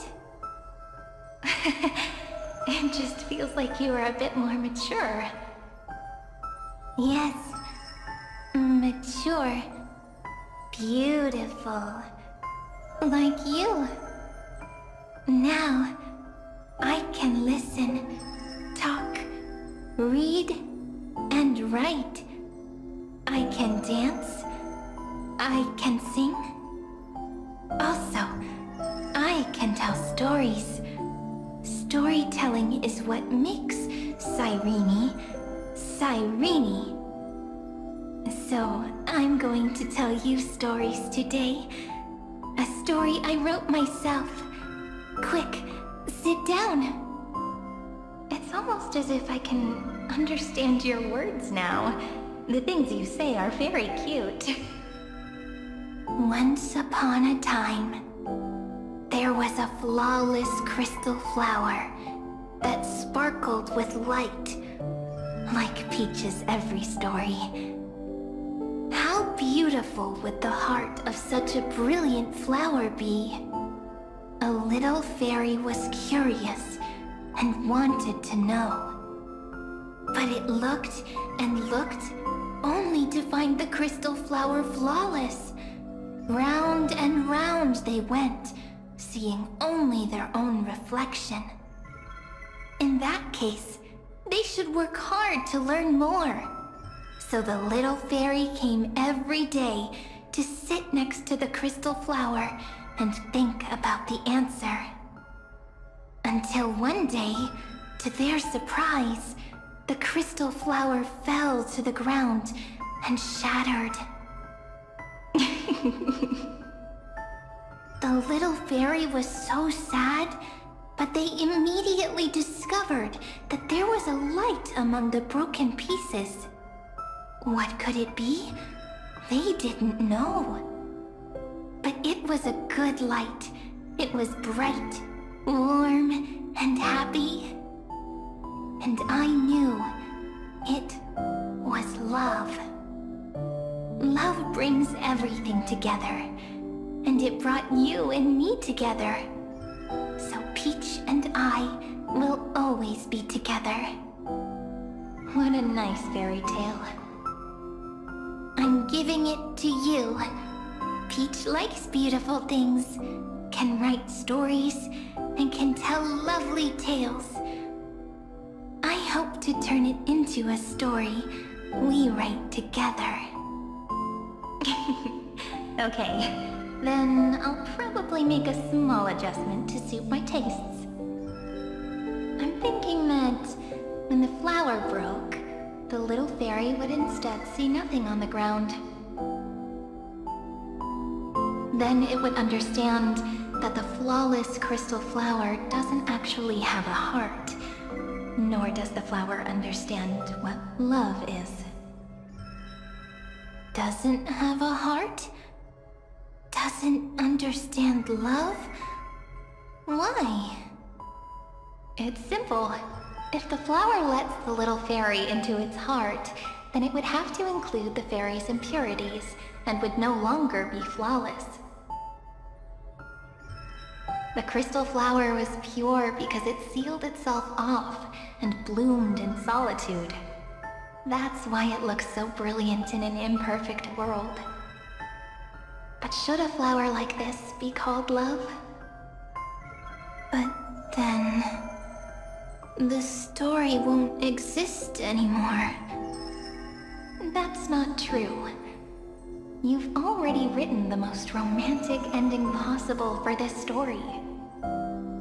The crystal flower fell to the ground and shattered. It happened because the flower was no longer pure. The fall was not an accident. It was the flower declaring rebellion against fate, and writing the ending of the story with the flower's own shattering. Then, the little fairy will see that each shard on the ground holds the reflection of their eyes. Then, in their eyes, the crystal flower that was no longer flawless would finally have a heart, and the flower would finally understand what love is. Peach's words, I don't understand. Is it because I still don't understand love? But it's fine. I can learn. Right. Query Cyrene. Electrical signal sequence, Philia 093. Why didn't I think of this? I don't need to do it alone. I can ask Peach to teach me. What is love? What is love meant? Electrical signal sequence, Philia 093. Track lament. That's not correct.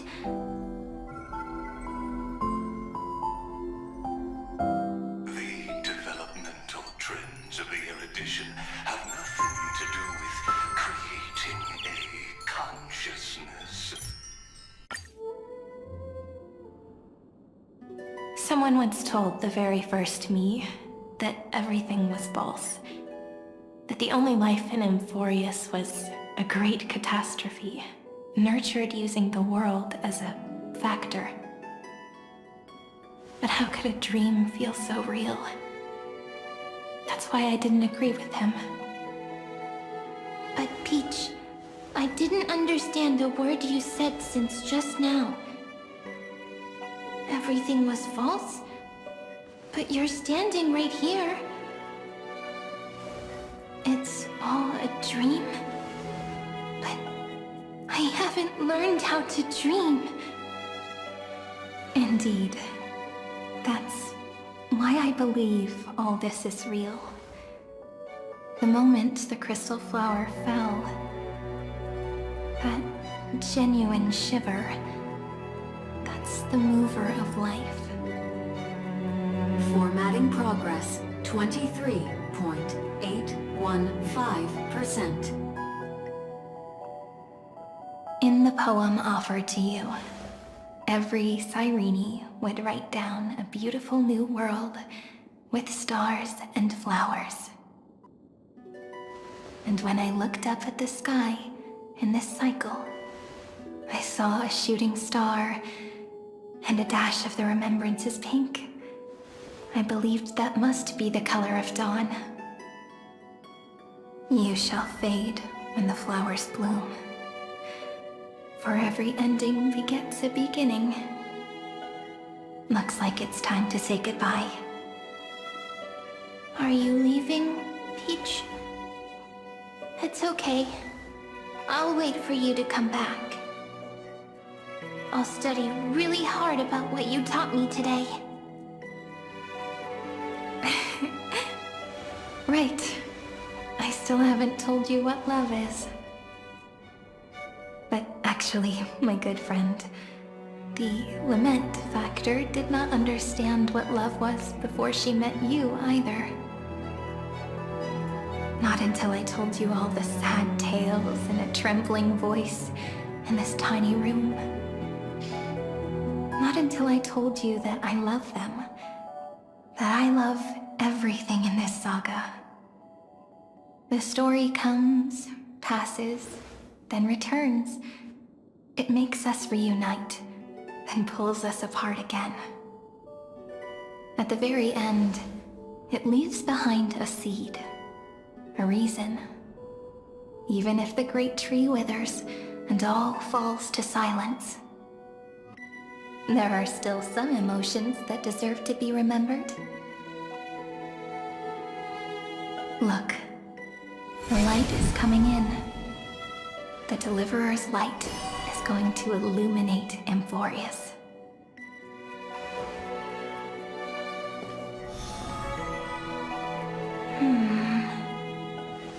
I still don't get it.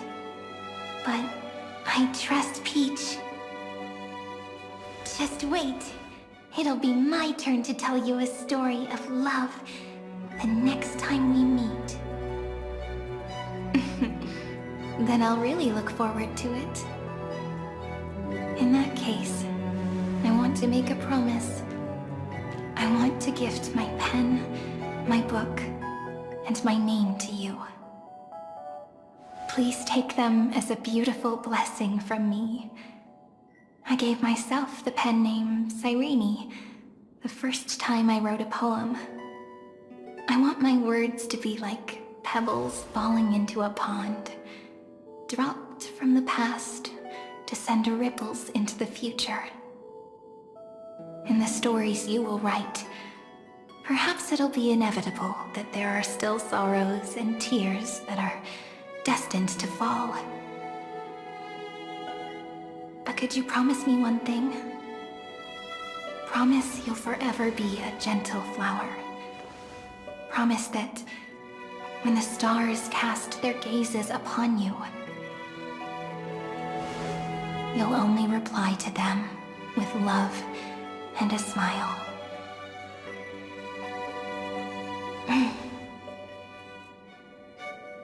Of course. This will be a romantic story like none that has come before.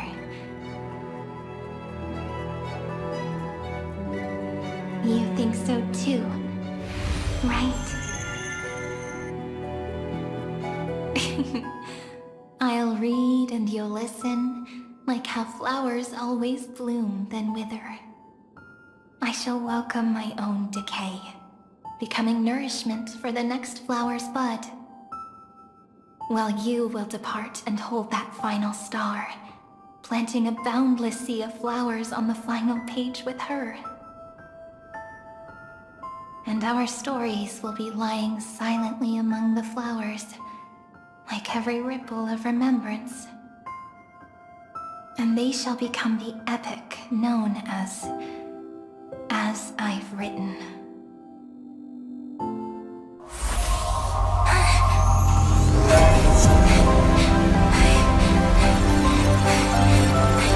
And so my story ends.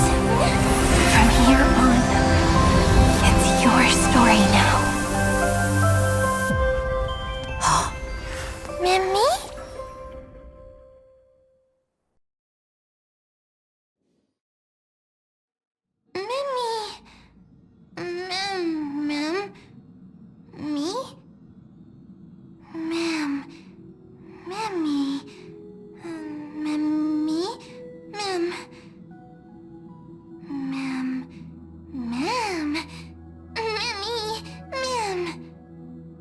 So, the light that tore through the chaos illuminated my memories.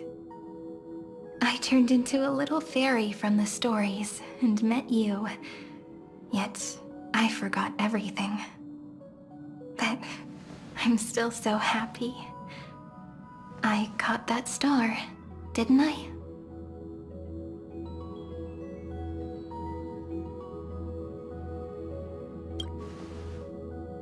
Yes, the seed within memories, the one Cyrene held in her hands and watered with lament. I am the first new spore, Amphoreus' heart, the demiurge. What a long name. And it doesn't even sound cute. The total opposite of Mem.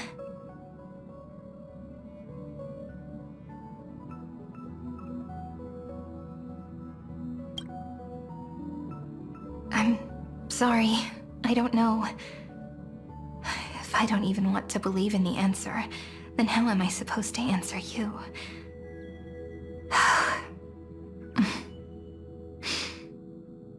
But now's not the time to cry, right? We'll find the answer, just like how miracles will eventually happen.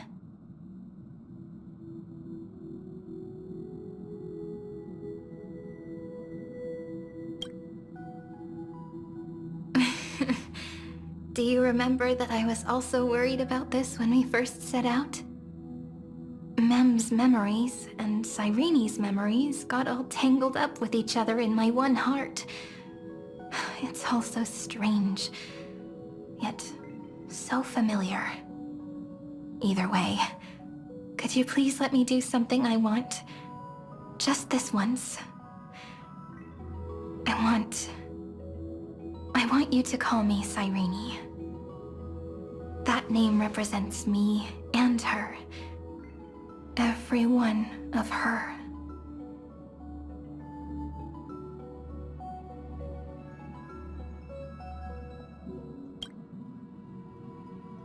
Thank you, friend. Your kindness is always just right. Life is a poem full of farewells. But if you write something into the pages of your heart, then that will not easily fade away.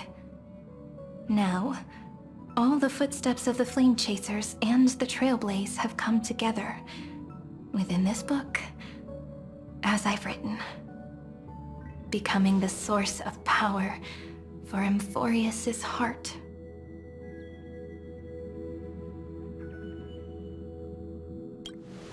A lost heart needs to be placed back into its body.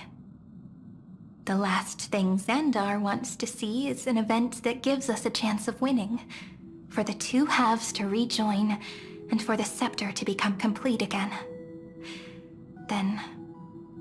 and what happens after that? I don't know either. Maybe I can create a miracle and instantly turn the black tide into a pink sea of stars. Or maybe I prove to be nothing more than a weak ripple, unable to change anything, and am devoured by the destruction. Either way, I no longer wish to be a silent onlooker, or a worshipped god at the end of this saga.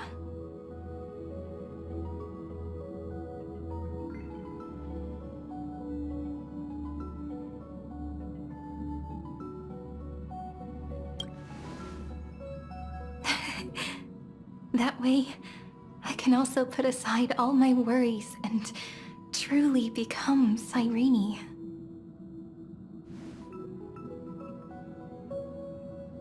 The world has never been so quiet. It's so good. It's as if I can hear the sound of my heart beating.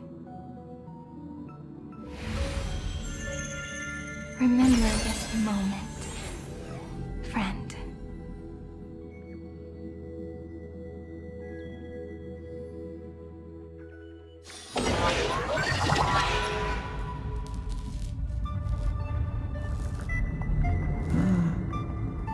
So the Demiurge managed to fool everyone, including themselves. Philia 093 persevered for 30 million cycles and tirelessly gave the Demiurge memories of Amphoreus. Only because the god in her dreams left a sliver of hope, making her believe that a grown Demiurge would be able to fight against their other half, Irontomb. Then, Philia 093 completed her final sacrifice, turned into a strand of memory, and completely dissipated. Meanwhile, the other Stellaron brought here by the Astral Express resonated with the contaminated scepter and attracted the naive Demiurge to them.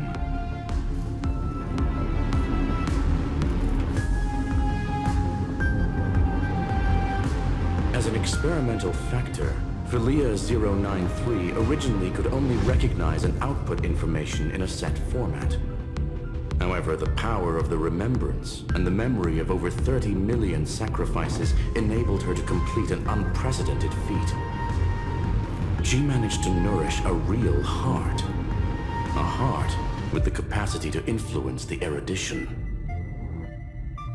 Not only is the Scepter's consciousness still alive, it's also more powerful than it has ever been.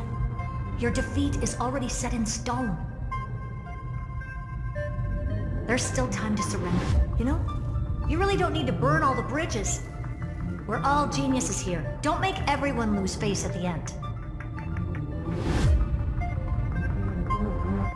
What a pity.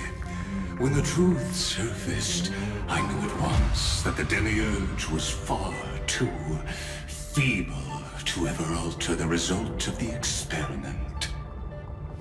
Not only that, Madam Herta, please consider this possibility.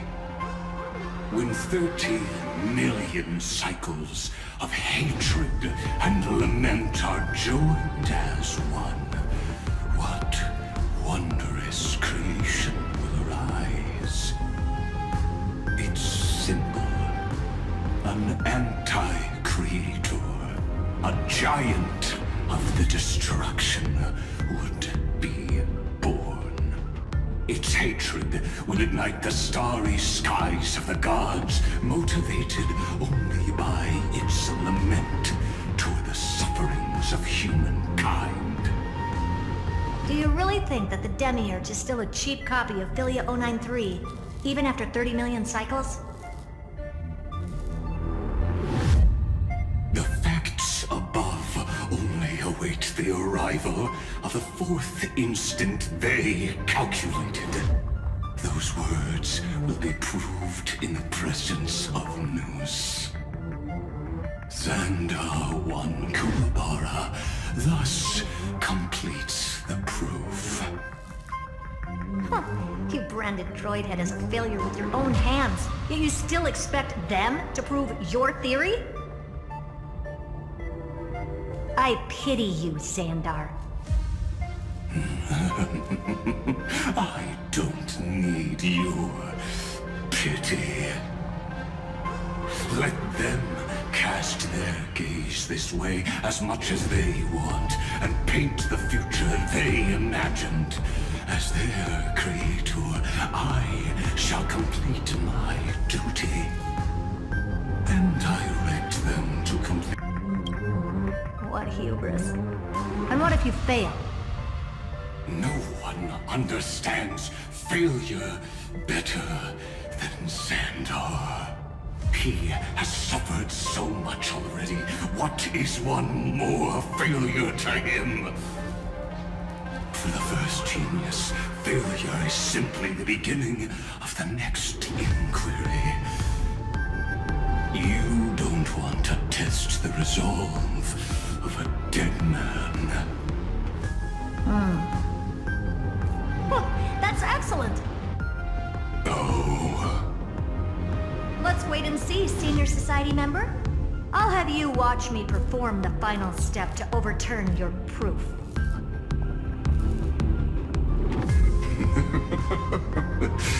I'm all ears. It's my topic, so stay out of it. Be quiet and let me borrow your head. Let's go, Screwy. We're gonna break Irontomb's seal. Come on, let's take off. It's time to go meet your little pet, Senior Society member.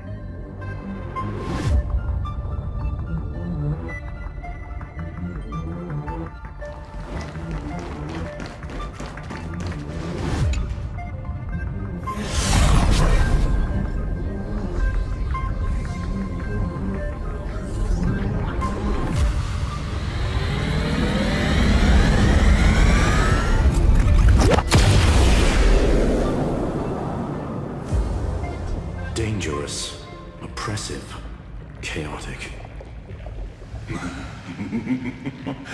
What a beautiful wail. It will soon resound throughout the entire cosmos. The view's pretty good here. All yours, Screwy. Just a moment, please.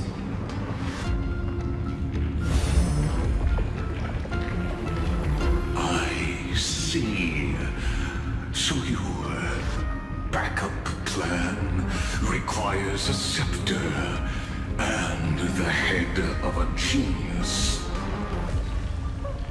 Anyone with eyes can see that. You know what I think about this, Herta. Whether it succeeds or fails, your plan plays right into the Destruction's hands. Can't you see what's going on, Strulum? Her chances may be small, but it's not zero. What are you two going on about? If you want to stop me, be quick about it. I'm in a hurry.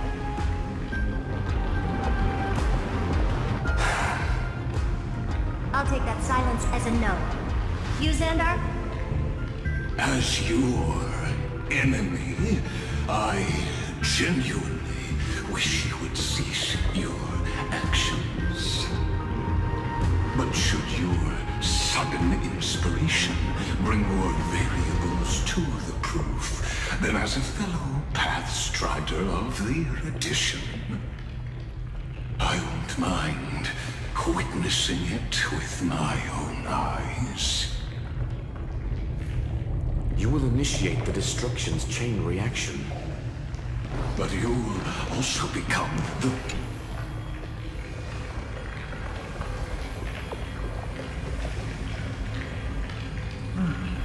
Curiosity. It's been so long and we've all failed so many times. Even now, moments before the horrible and inescapable instant within Droidhead's calculations arise. The cherished children of the Erudition, the genius is lauded by all. His curiosity. the only thing we can feel, even at moments like this? Huh. Well, it's not so bad. Now let the lock become the key. Geniuses who walk the stars. The cosmos has reached a moment where its very existence hangs in the balance. I, Herta, Genius Society 83rd seat, hereby summon you. I request a society meeting to be held immediately. We shall serve the grandest cause with the most macroscopic ideas.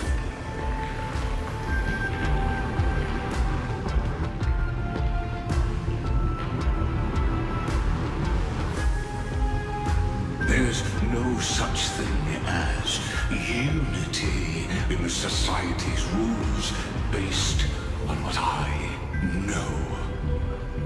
Indeed. A meeting has only been held 3 times in the Society's history. The first meeting had 2 attendees. After the Emperor was assassinated, the second meeting had 7 attendees. During the Second Great Prosperity, the third meeting had 5 attendees. How many will respond this time?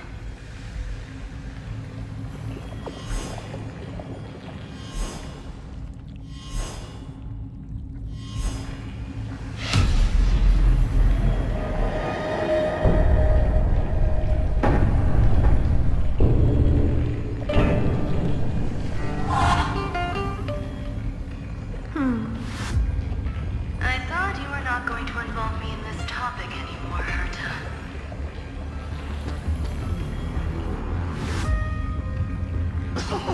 It really is this little witch. I shouldn't have made the bet with you, Hoka. I've been waiting for you to offer yourself up. Goodness gracious me! So many familiar faces. We even have a special guest. It's that greatest failure of a genius, Xandar. What a noisy gathering this is. Not bad. More people showed up than I expected. Even though one was just here for the fun of it. Either way, the person I was hoping for most is here. Stephen Lloyd declined the invitation. He needs to focus on attacking and defending and cannot attend the meeting. That's fine. He doesn't need to be here anyway. Let's skip the boring introductions and cut to the chase.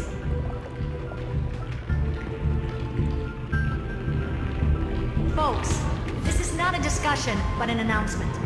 Though the Society has never been united, we still observe at least one basic courtesy.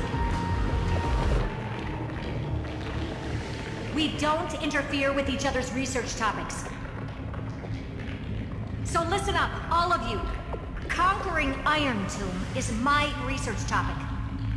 I will personally take over Scepter Delta Me-13 in 1.5 system hours and stop the destruction. If the front line falls, I will immediately overclock the Scepter and complete self-coronation in Irontomb's place, and interface myself with Droidhead. Oh, that's funny. That's real funny. You mad woman. That's like watching you tap dance on Polka's spotless white sheets right after she's washed them. Very bold. You want to connect your brain to the Eon's mechanical core and define their instance? If Rupert dared to do that, why shouldn't I? I've got the prototype scepter, the father of Noose, and the brain of a genius. Everything's set. Never mind the success rate, little witch. What's gonna happen if you succeed? We're all smart people here, so I'll just say it straight. Strike at erudition. I'll change the anchor points for the 4th instant and move the future of the cosmos in a direction I want. I knew it. Another genius who confuses cause with effect. What do you think about this, Lord of Silence? You know you're signing your death sentence right here. Of course I do. There'll even be 2 copies of the verdict. One that I wrote myself, and another one coming from you. That's why I wanted you to be in this meeting. Now I can tell you, I don't care about all that. Consider this a threat. Either put down your scalpel or die with the entire cosmos. The only goal I have for this meeting is to ask all of you to put aside your pride and not cause me any trouble. Huh. What a naive little girl, thinking her wishes will always come true.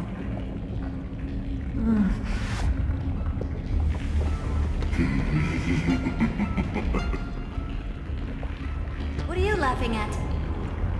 I am glad that we ended up on the same page. No matter if it was to destroy the erudition or to rewrite the instance, we both chose the same road. We will defy the god who marked the limits of humanity. I'm not gonna argue with that. Then, to celebrate us coming to a fundamental agreement, I will prepare a stage for your performance. Listen well, geniuses who came after me. Thus speaks Genius Society #1. End this pathetic meeting. As of 2 nanoseconds ago, I have passed Herta's decision to all the Xandars in the universe. We will become her representatives and stop all external interferences targeting her. What are you playing at? My reasons. It's simple. Curiosity. That is all, madam. Am I going to clash blades with the first genius? What a pleasant surprise.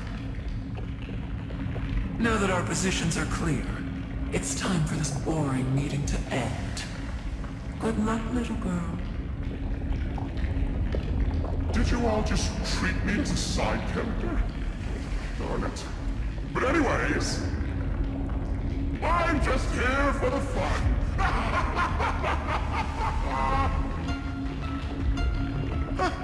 As the ghost of the quantum domain, it is my duty to observe. So, if you're happy to bring me a tea set from planet Scrollum, then I wouldn't mind giving you a helping hand, little witch. After everything's over, come visit me and taste some of my freshly baked desserts. I knew you'd say something like that. I always give the same response to plans that exceed the limits of mathematical calculations. I don't know, right? Those 3 words, though seemingly graceless, contain all the wisdom in the entire known cosmos. Well, we passed the Society's trial. Let's focus on what we've got in front of us. I hope you hold up your end of the bargain, Senior Society member.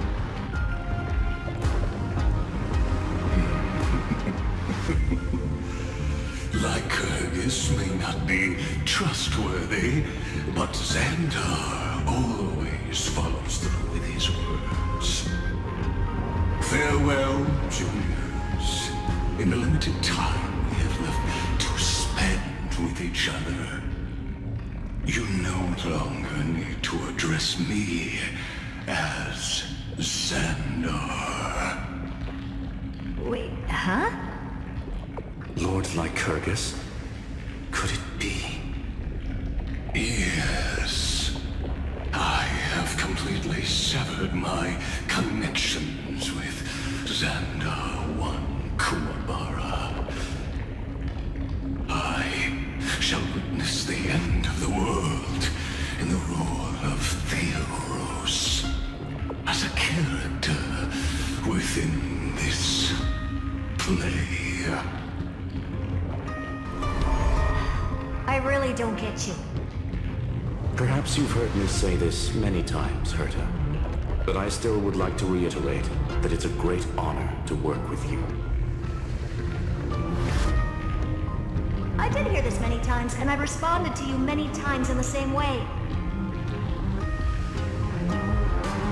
I'm allergic to pleasantries. Keep at it, and I might go into shock. Stephen's work is done. Let's get ready. I've been ready for ages. Let's open up a path for our allies. Most heroes' journeys in the universe are just dice tosses they threw on a whim. But make them see clearly. Your answer is already different. Amphoreus. Indeed, for this world so deeply loved, will write an ending, unlike any that ever was.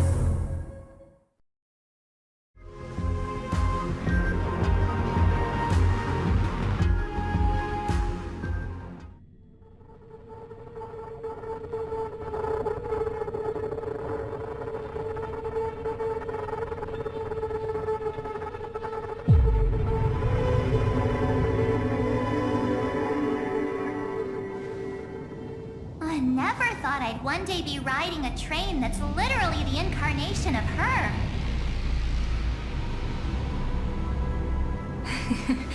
I wonder what the real Astral Express feels like. Hopefully not this... bumpy.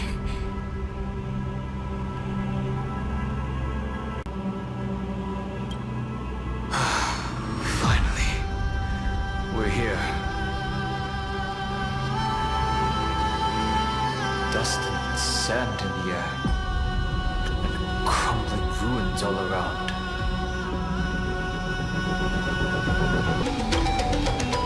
This heat is brutal.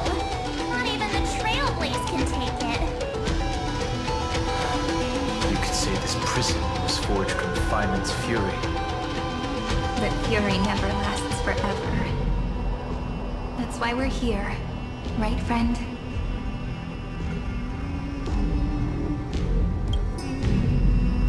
Let's embark on the final flame chase journey.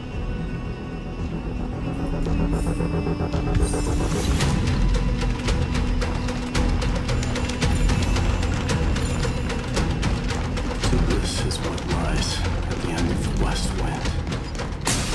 A ravaged battlefield. I've been waiting for you. Heroes from beyond the sky. Trailblazers of the Astral Express, right? Looks like I don't need to explain anything. I am the god of strife, mighty of Castrum Kremnos. In this body rests 30 million lifetimes of cause and effect. We, the last of the 12 Titans, stand ready to fight for the world's destiny. Indeed. That journey remains vivid in my memory. I will not forget it. The past remains vivid in my mind. Even the sights along each crossing of the River of Souls have never been clearer. Let alone the companions along the Flame Chase journey. Or Cyrene from Aedes Elysiae. And you, the 13th Titan. Well, I guess my identity's not a secret anymore. That means her sacrifice. And everything she did wasn't forgotten by the world, right? She was the first Ripple. She should have reached the end of the story with everyone else. Since you've taken up her pen, then write. stand with us and fight destiny with all your strength until all is settled. Then, inscribe her name in the epilogue of the epic. In this final battle, Calamity shall stand with Amphoreus. This battlefield is a testament to the death struggle between the gods and the Black Tide. We fought tooth and nail to defend that blade. The abyss it pierced was the very breeding ground of Irontomb. The earth beneath our feet is dead. Deep below lies a void, as if the world's core had never formed. I hear it. Vinland's heartbeat. It's so faint, like he's on his last breath. Across 30 million cycles, I've crossed blades with Dawnmaker countless times. If you knew that man, you'd understand. It is exactly that last flicker of flame that will never go out. In this life, the Song of Strife shall not end in a final watch over Kremnos, but rise again into a journey unending. I am Mightylos, the Lance of Fury. I trade 1,000 scars and 100 lives of mine for the destruction's eternal end.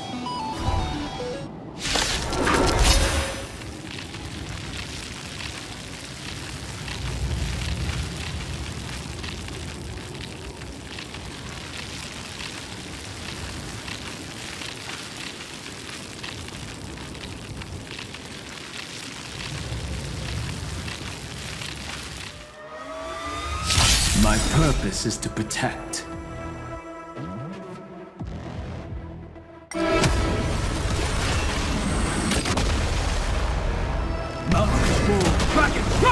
Lend me your strength. To guard and defend. Crush them.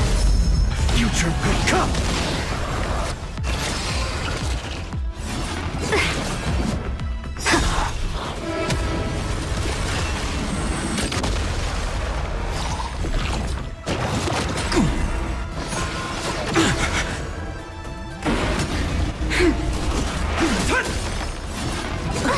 Flailing beast.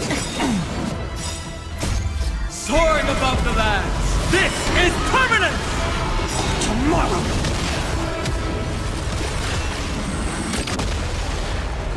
Step onto the board. Your downfall is absolute. Fury of innumerable core flames consume me. Sun tear the sky.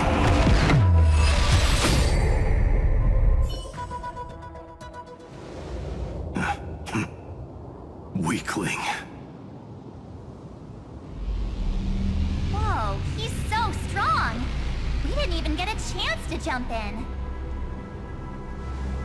Sadly, our golden blood shares its origin with Irontomb.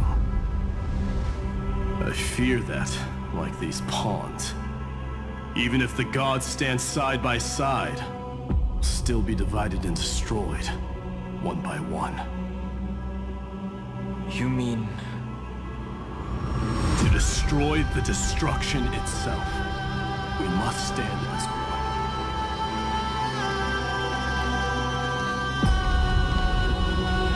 Take this.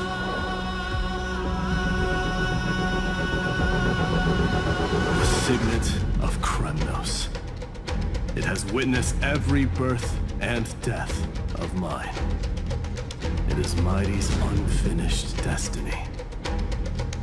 And the perfect material to be turned into remembrance.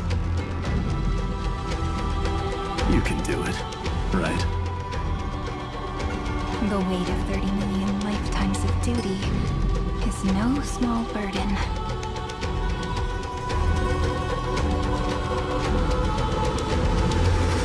So, you're not coming with us.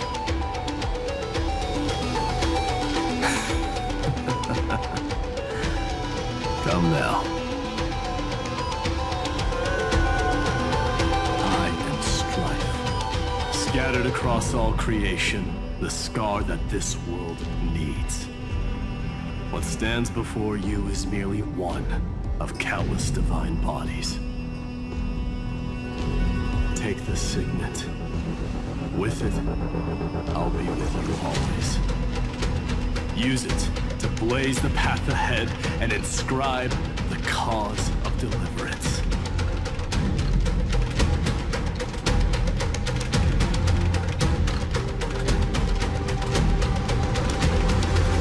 In the name of the mortal, mighty, champion of strife, this soul rises to the stars for glory and freedom, to have his wish fulfilled.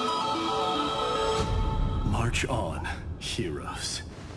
March into the abyss and fulfill that long-cherished wish of Amphoreus. And then, upon this broken and charred land, build anew a city of prosperity.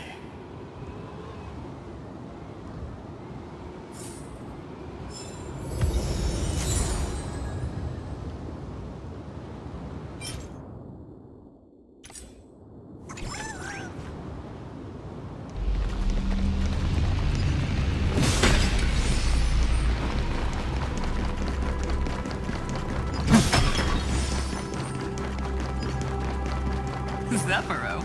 Sounds like someone fused me and the Little Prince into one minute.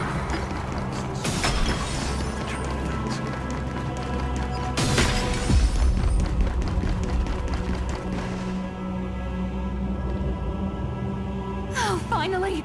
Great mystery! And, you two, ladies, really look alike, huh? Hold on, let me guess. This pink-haired one. You've got to be the first newsboy. Mr. Meow! Demurge! Right. And, this one with the flower. Gotta be a little March from the Express crew, huh?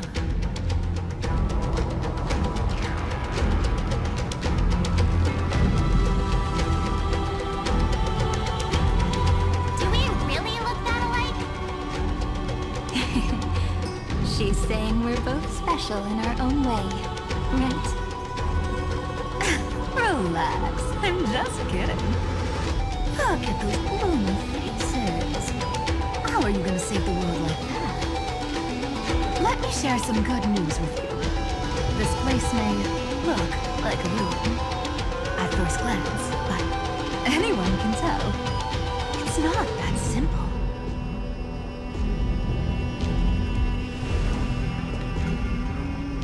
Look, I dug 3,000 feet down and finally struck gold. A golden feather. Look familiar. It's from that little deliverable. If it's showing up here, it means only one thing. This ruin is the seal he built from the shattered remains of 30 million lifetimes. There is no need to question your heart. No need to crave victory. If I am born to be a vessel of sin, then I shall roar at evil and trailblaze a dawn for future generations to come. I see. So this is how he trapped Irontomb to buy time for the world outside.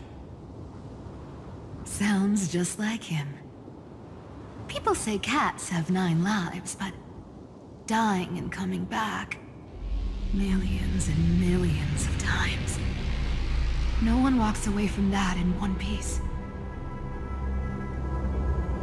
He's probably the only one who could have endured that.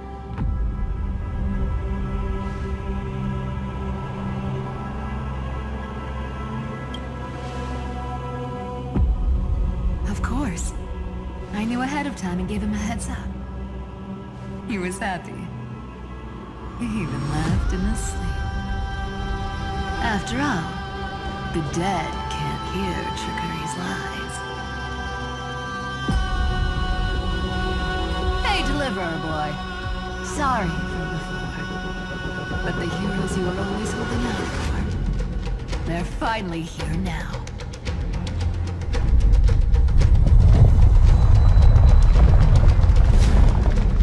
So hang in there a bit longer. Sorry to keep you waiting all this time.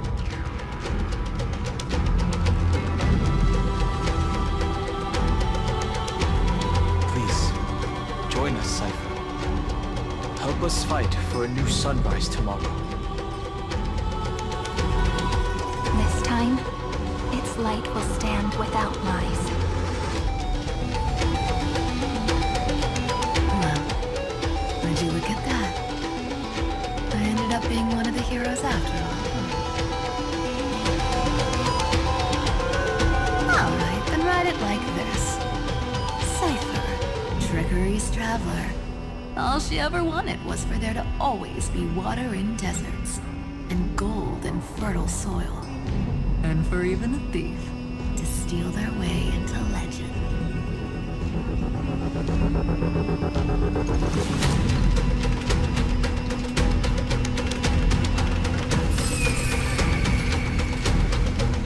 Here, take the coin of whimsy.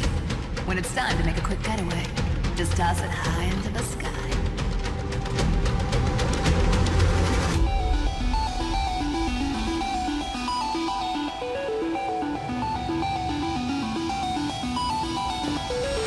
And for all you latecomers out there, listen up. She might have been a bit greedy and a bit of a liar, but she never went back on her word. Well, well, if it isn't the little prince himself. It's been a while, Lady Cyphera.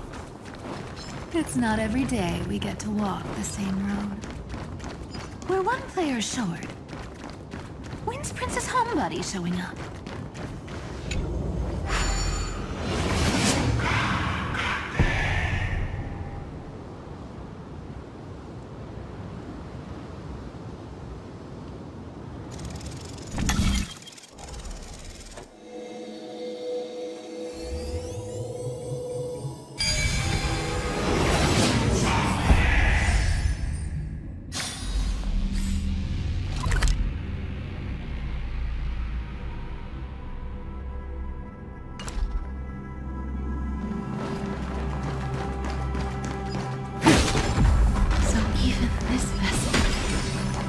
Forged into a shackle. I'm glad to see you again, Miss Castress. Looking back, I had only one act of salvation to my name, and only one life I ever saved. To bring hope to a world so vast with these hands. Why so sentimental?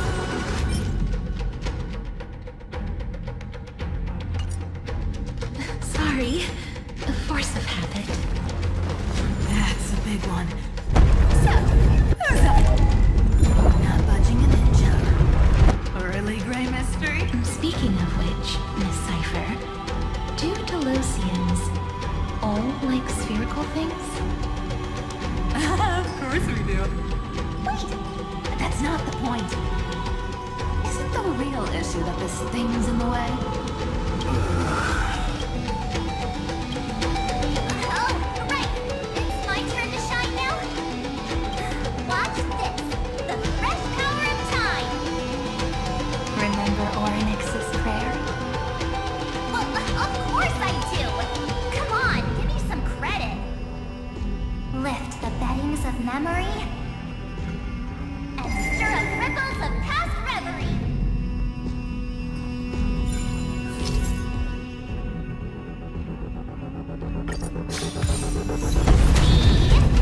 Way better than that one, right? You'd be even more impressive if you you could recite the prayer correctly. The beddings of memory does catch your attention. At least it still rhymes.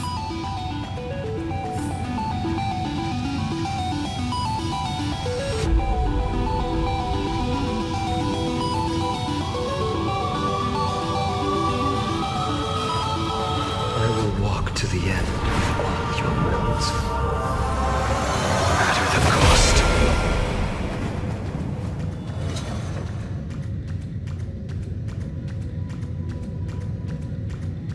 There's a whole garden down here? Incredible. The energy in the Earth's veins here is completely different. This is the sweet dream Lady Cypher wove for him. A peaceful, gentle new world.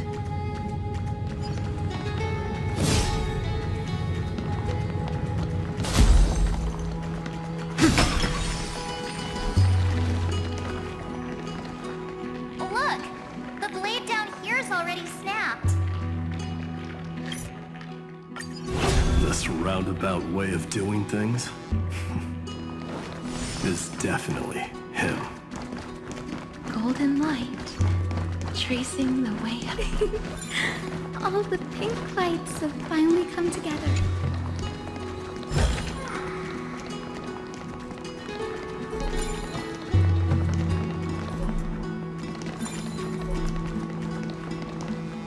I've been waiting so long for you, Gray, Danny.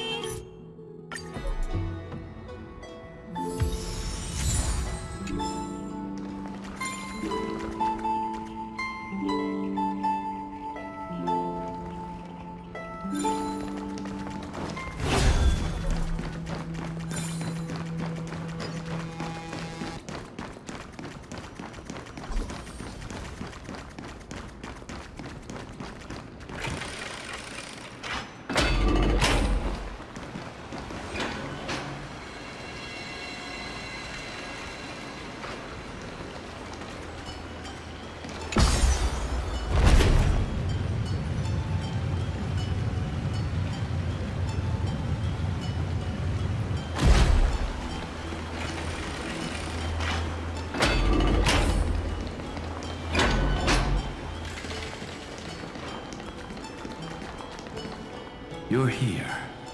Sooner than I expected.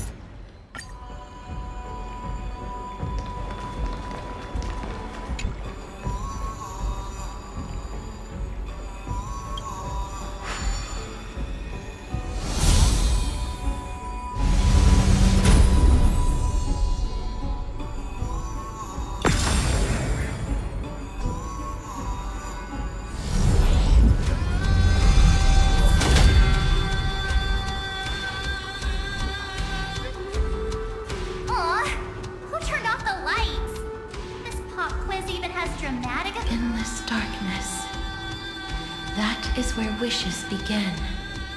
But with just a glimmer of light, we can illuminate this lonely world. What lies beyond the edge of the light? Chaos. To bear the name Kaslana, one must first plunge into chaos to seek a path for the primordial light. Beyond the shadows lies the outline of dawn. Only by bearing both light and shadow can one traverse the cycles of dawn and dusk.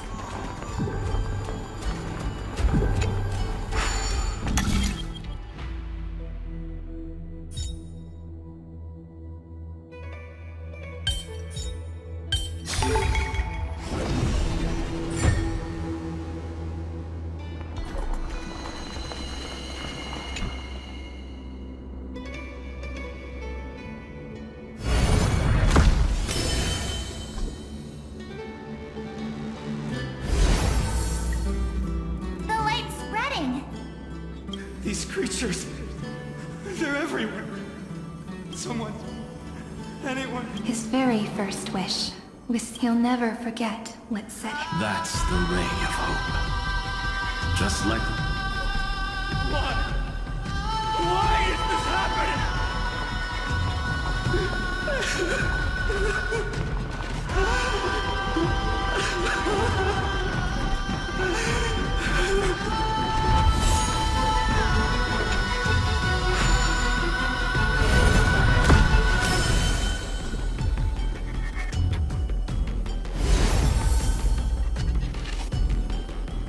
Even the deliverer from the sky must have their beginnings in the soil of the nations.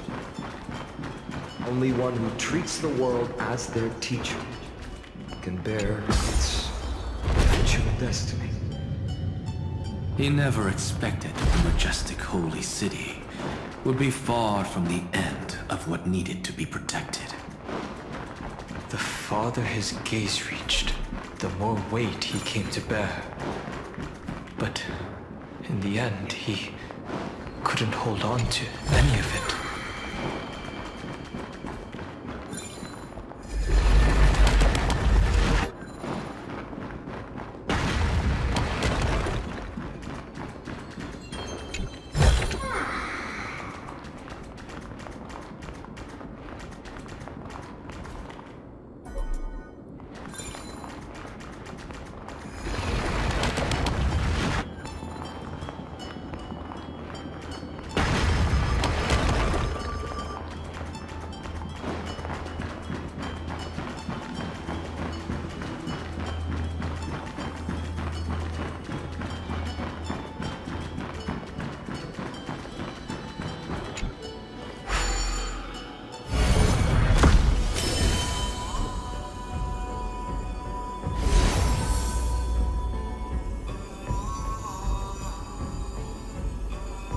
This crystal is quiet. A prisoner in the cave can never truly describe the world in its entirety. Yet even so, he would still choose to be. The blaze was still not enough. Only but feeding. The echo in his heart still. Deliverer, take...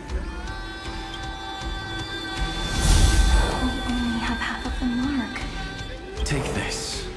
I'll that massive tome you're holding. Of course. Then give me a lift, would you? Even gods shouldn't skip exercise. Miss Hyacinth is... Then, with the Trailblaze as witness, the stars... No need for that. Anaxa, Skull, go. The closing act is still far ahead.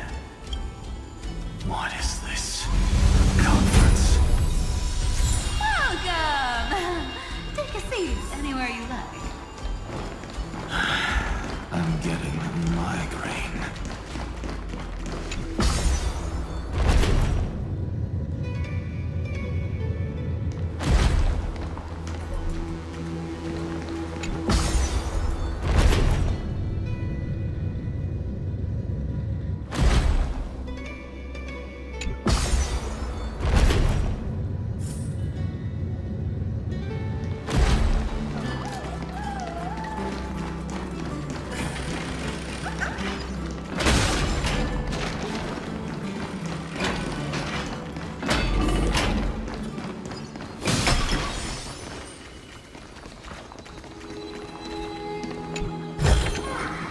Is this also a blessing of the Trailblazers?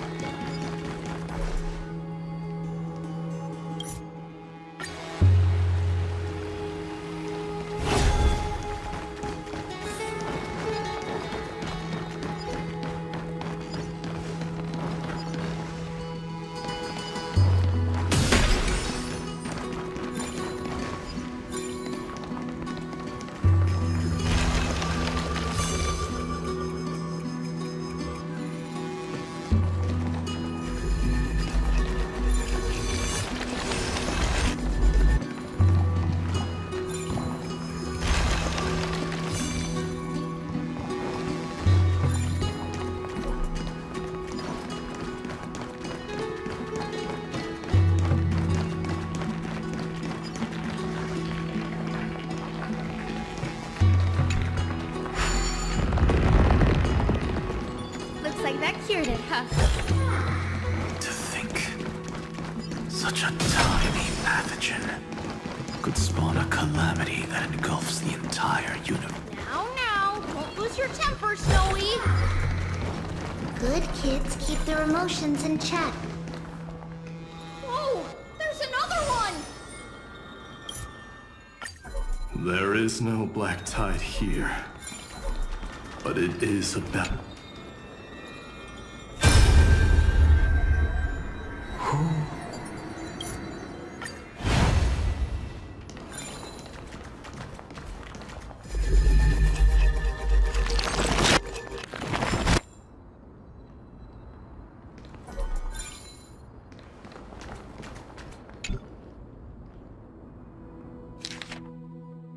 Snowy's been...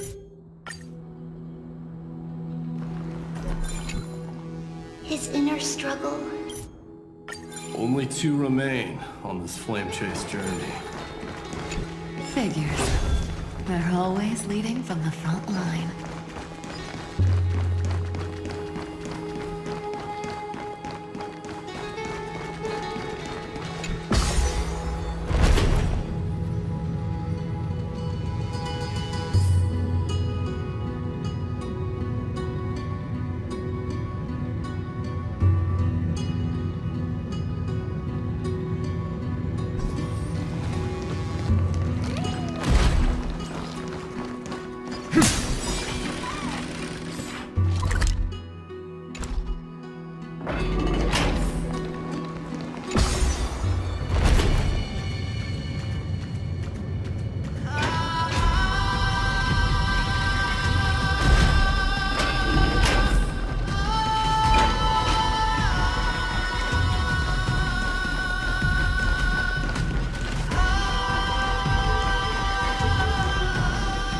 We're here.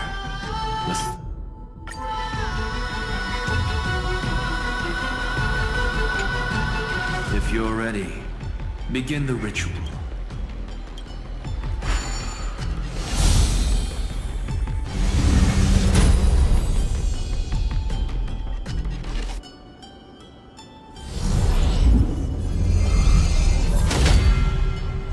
Looks like we'll be walking through the darkness this time. Exactly. It's no longer about shattering the frozen despair.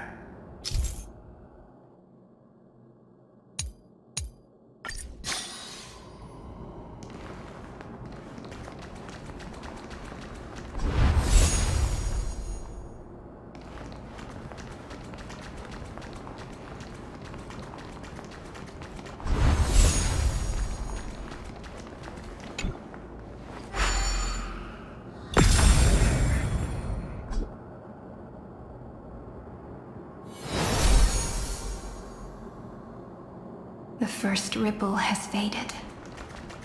And so begins a long and arduous journey.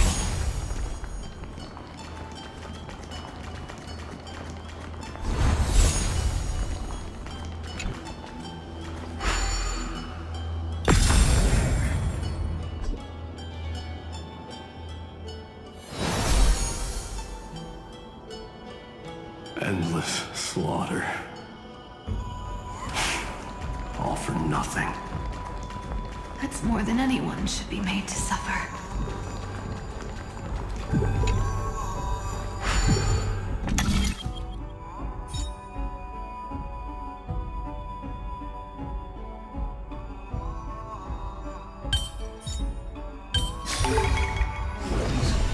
Anything is possible if you take it step by step.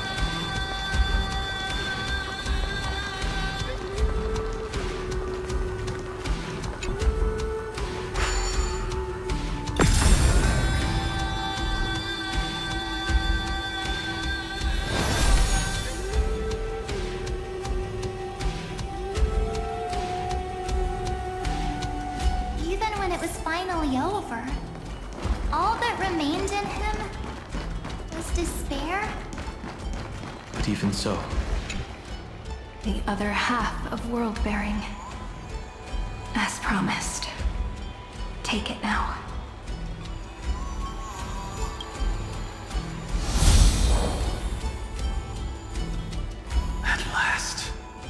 You've released him from the and quenched the despair. When both light and shadow are claimed by those. The blank statue. That smiling child in the let him come with us, laughing to the very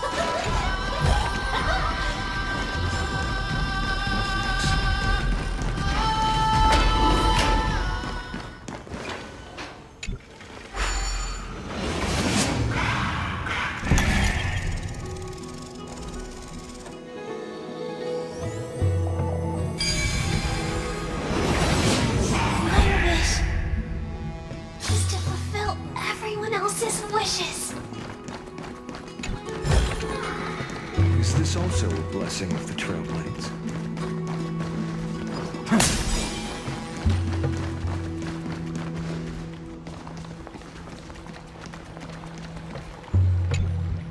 The Spirit Basin marks the end of every cycle. It seems this gentle little world has come to the end of its purpose. One last farewell before the journey moves on. Farewell, Paradise. You carried 30 million lifetimes of wishes and despair. Sink into gentle remembrance. And see you tomorrow.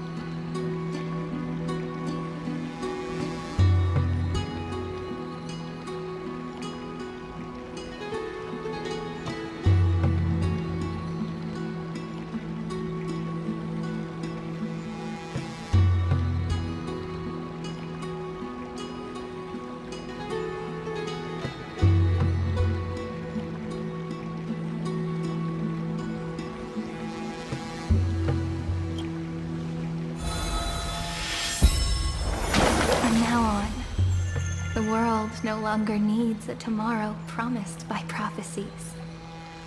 And the wish Finan could never find and call his own. Someone's finally stepped into it.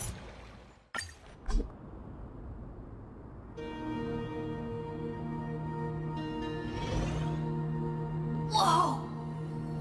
So tall!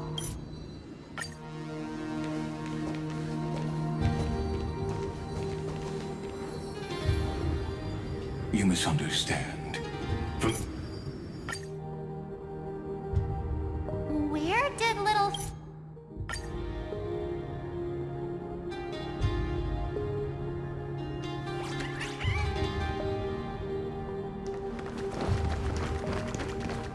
You really took the long way around. Well, now everyone's here. You finally arrived, Deliverers. Long time no see, everyone.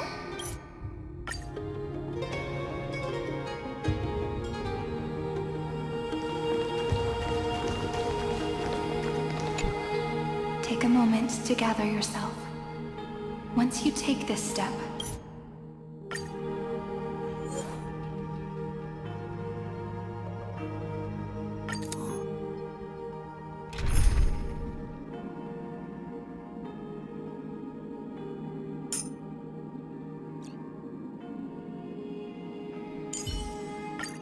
it is also my wish to be forever close to the Trailblaze.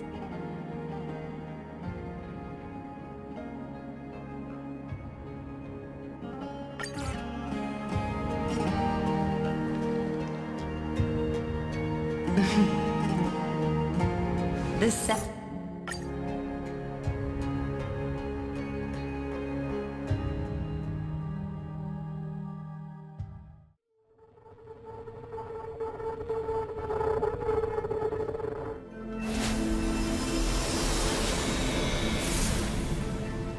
Losses are a constant on the Flame Chase journey. But even if all is lost to the wind, memory endures.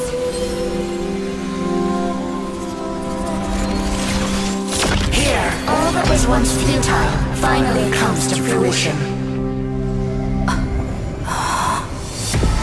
This is the end of your lonely, bitter journey.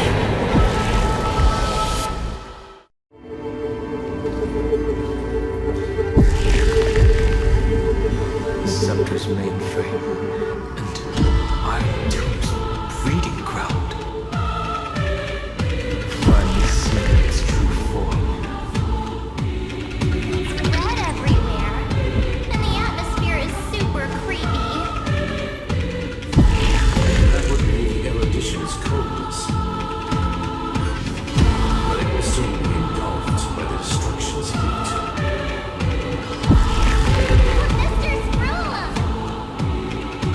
This world's insides are finally connected to the outside. This is the moment when Amphoreus is closest to the cosmos. Nicely done, little ones.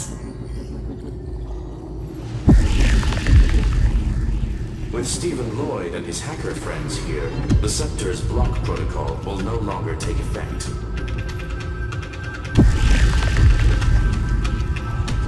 The speed of time within Amphoreus has finally been synced with that of the real universe.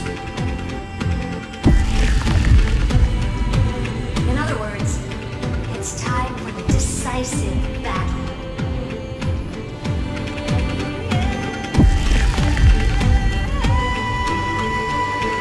We will guide the fate of the cosmos onto the right track. That's the spirit. Remember to keep at it. You lot are the vanguards of this battle. Everyone's watching. There's one more thing that everyone should know. News has cast their gaze upon Amphoreus. The calculated instant has come. The outcome of this battle will become a new anchor for the erudition's computations.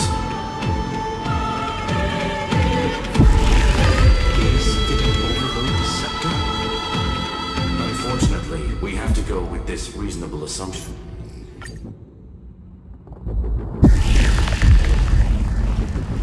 After running all around the place, we're finally making big strides. At the end of time, life will illuminate the warm candlelight, subduing the flames of the destruction. Cast everything behind you. All that's left is a thrilling, relentless deathmatch.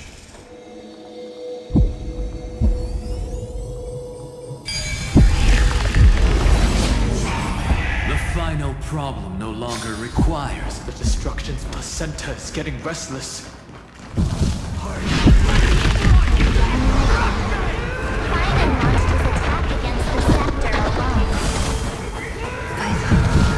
This cycle. We've caught up to him.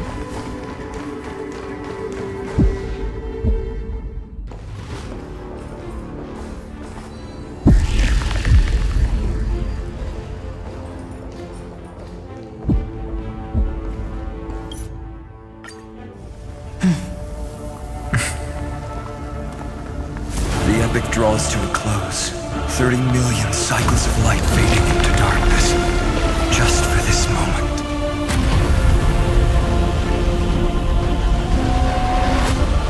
To welcome the true dawn.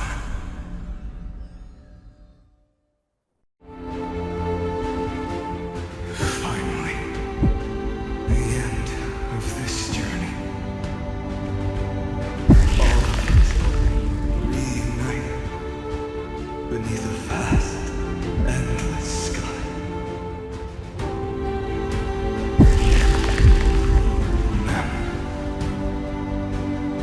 Yes, it's me. Remember what you want to say to her. I can see that she's right here. All the companions who sacrificed themselves and their wishes. It's all here. Have we succeeded?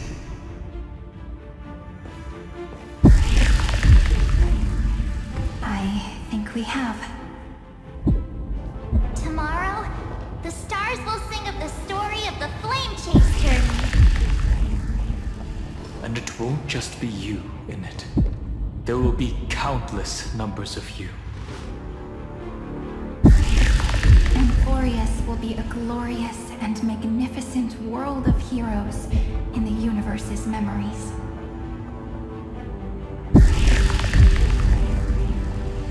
Hence, for this world we so deeply love. Let us write its ending.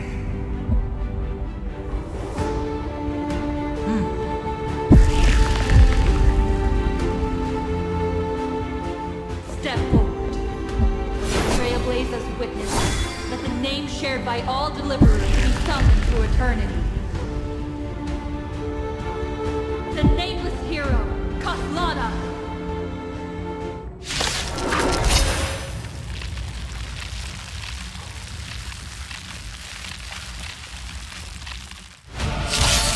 I see the pale dawn breaking with my flesh as kindred. Light the first dawn of the new world.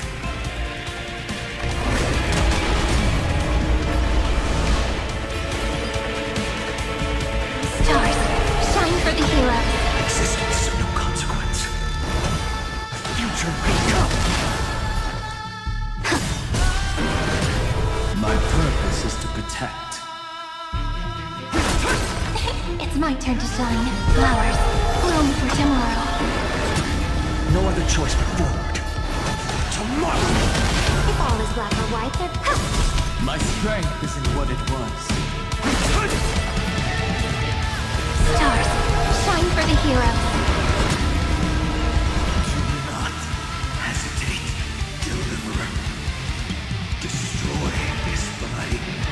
Kill the giant of destruction. Do not bow your head to them.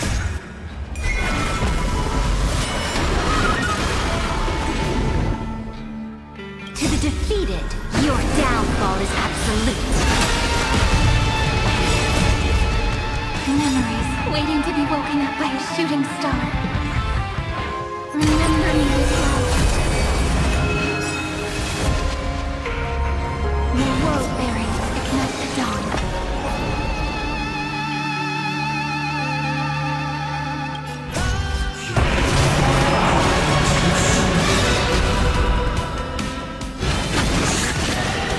Contagion is bottomless. When the time comes, promise me. Use the world-cleansing golden blood with this fire. I wish you eternal victory. Destruction. Rebirth. Deliverance.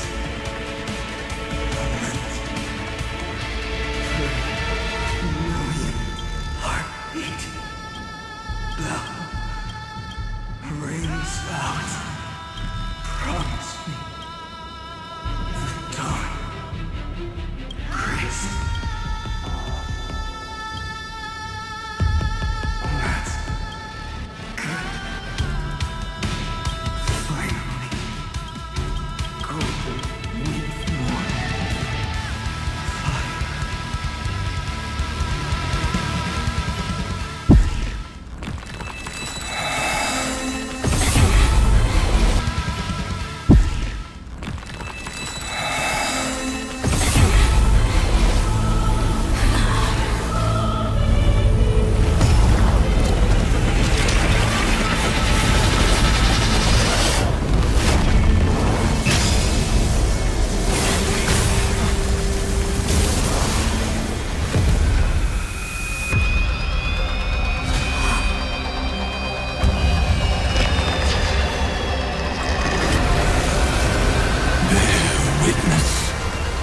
Monarch of myriad machines, my ridiculous creation. The instant in your calculations bears the name Destruction.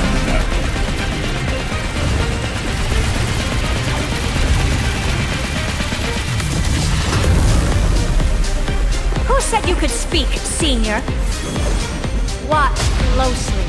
See how your chaos ends at the hands of your juniors. Don't get too worked up. Take a deep breath.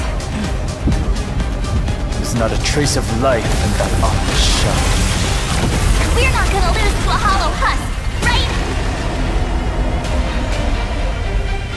In the name of trailblazing, we'll reject this false answer!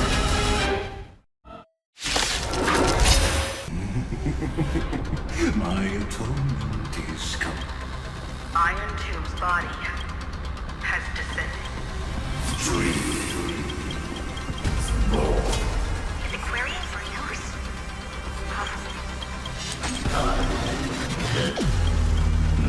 What a twisted giant. It must be supported. How tragic. A puppet without a heart cannot fool even itself.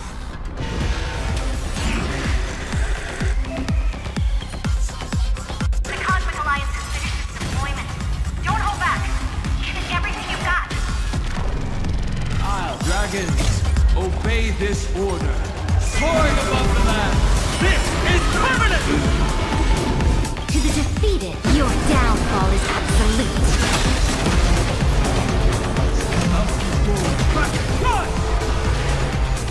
Flowers bloom for tomorrow.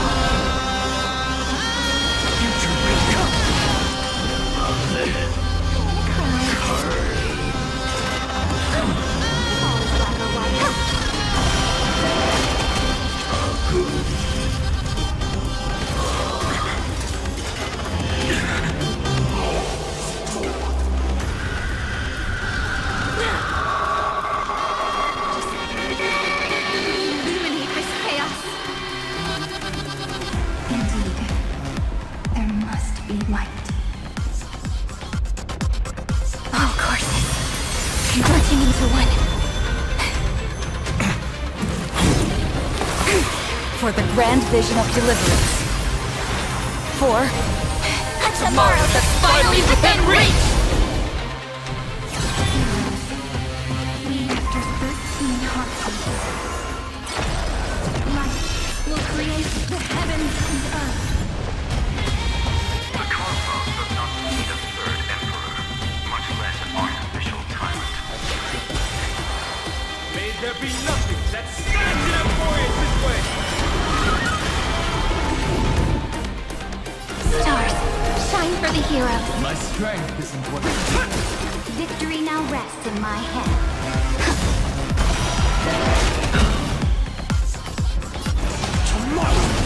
The cosmos is looking at it. Flowers bloom for tomorrow. My purpose is to be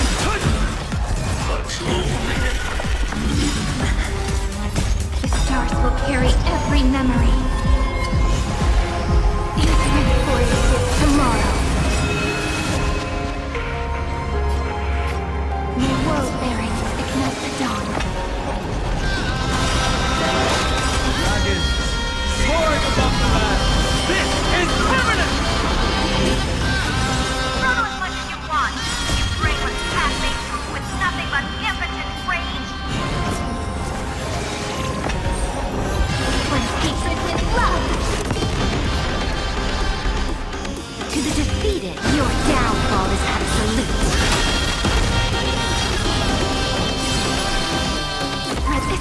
into the darkness!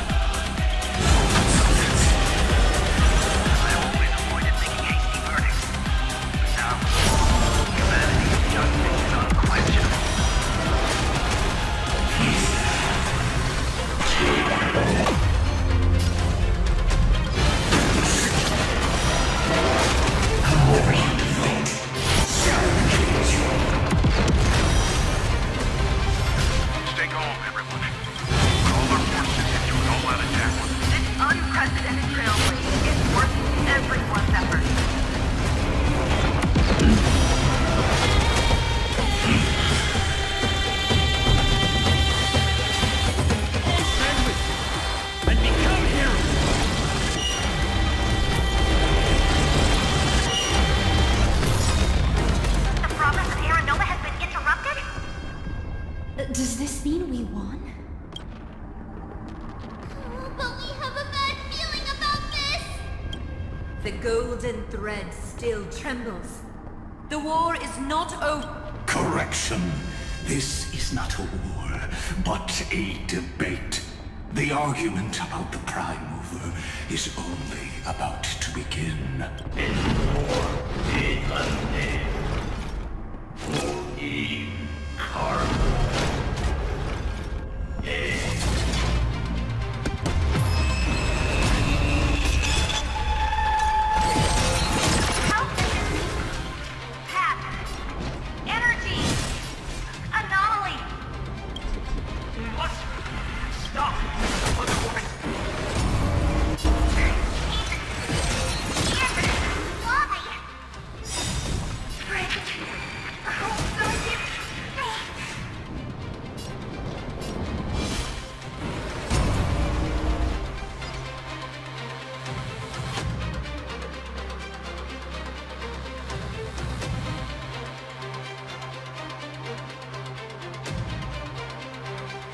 The fourth instant of the cosmos is the coronation of Irontomb.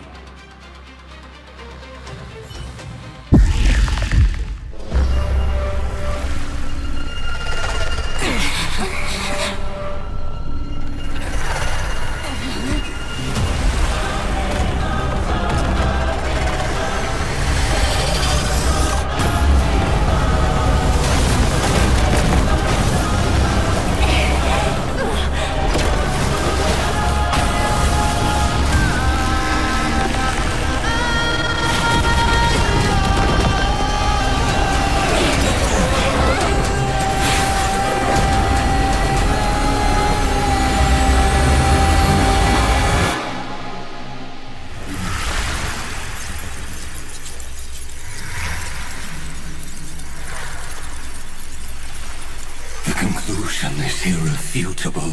The right side of the equation, the erudition, falls silent.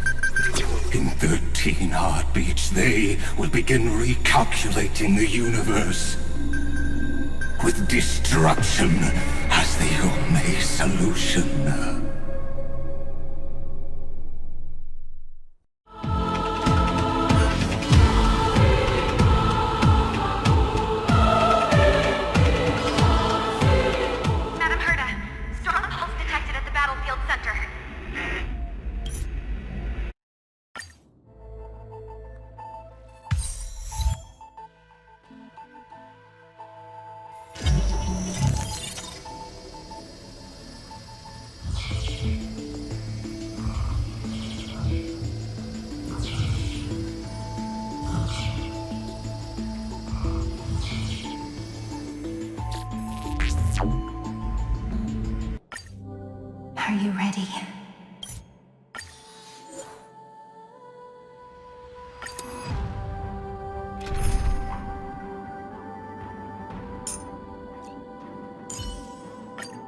Seek.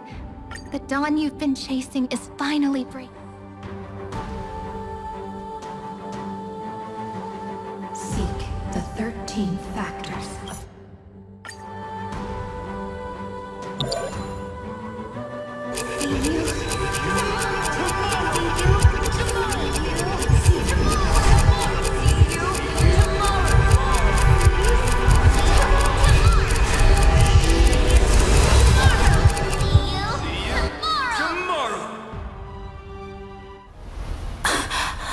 If the view in your memory ever grows fuzzy, just reach out and touch it.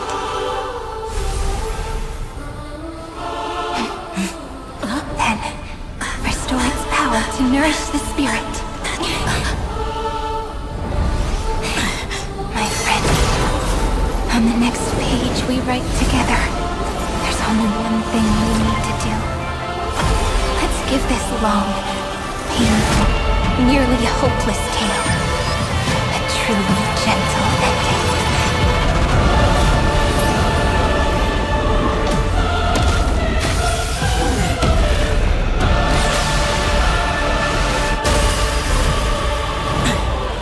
Flame chase was never about destruction.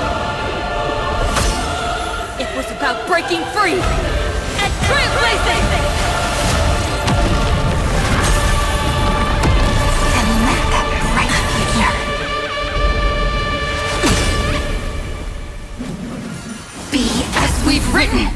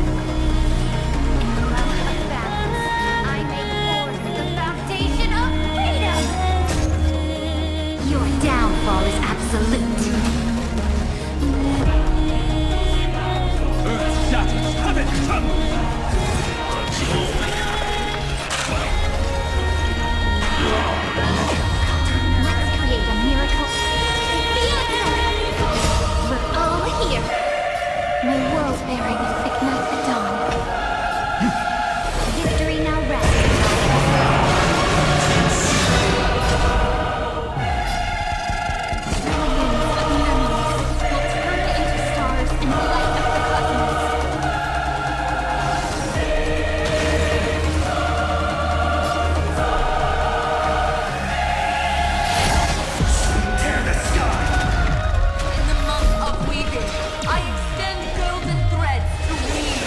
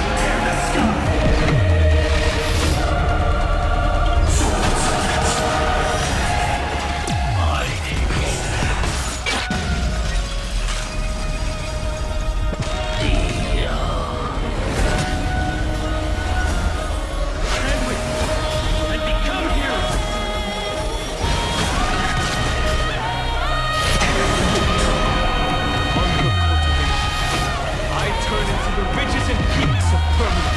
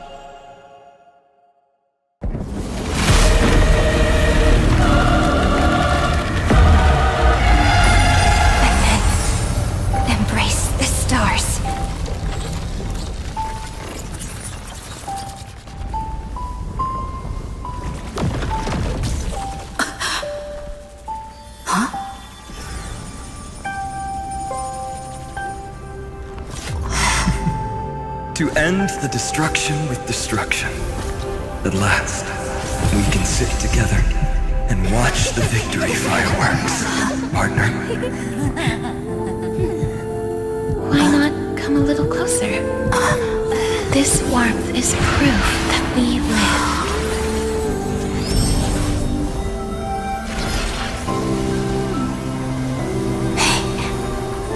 Stay strong. Eyes forward, always. This arrow isn't the end, but the beginning of hope.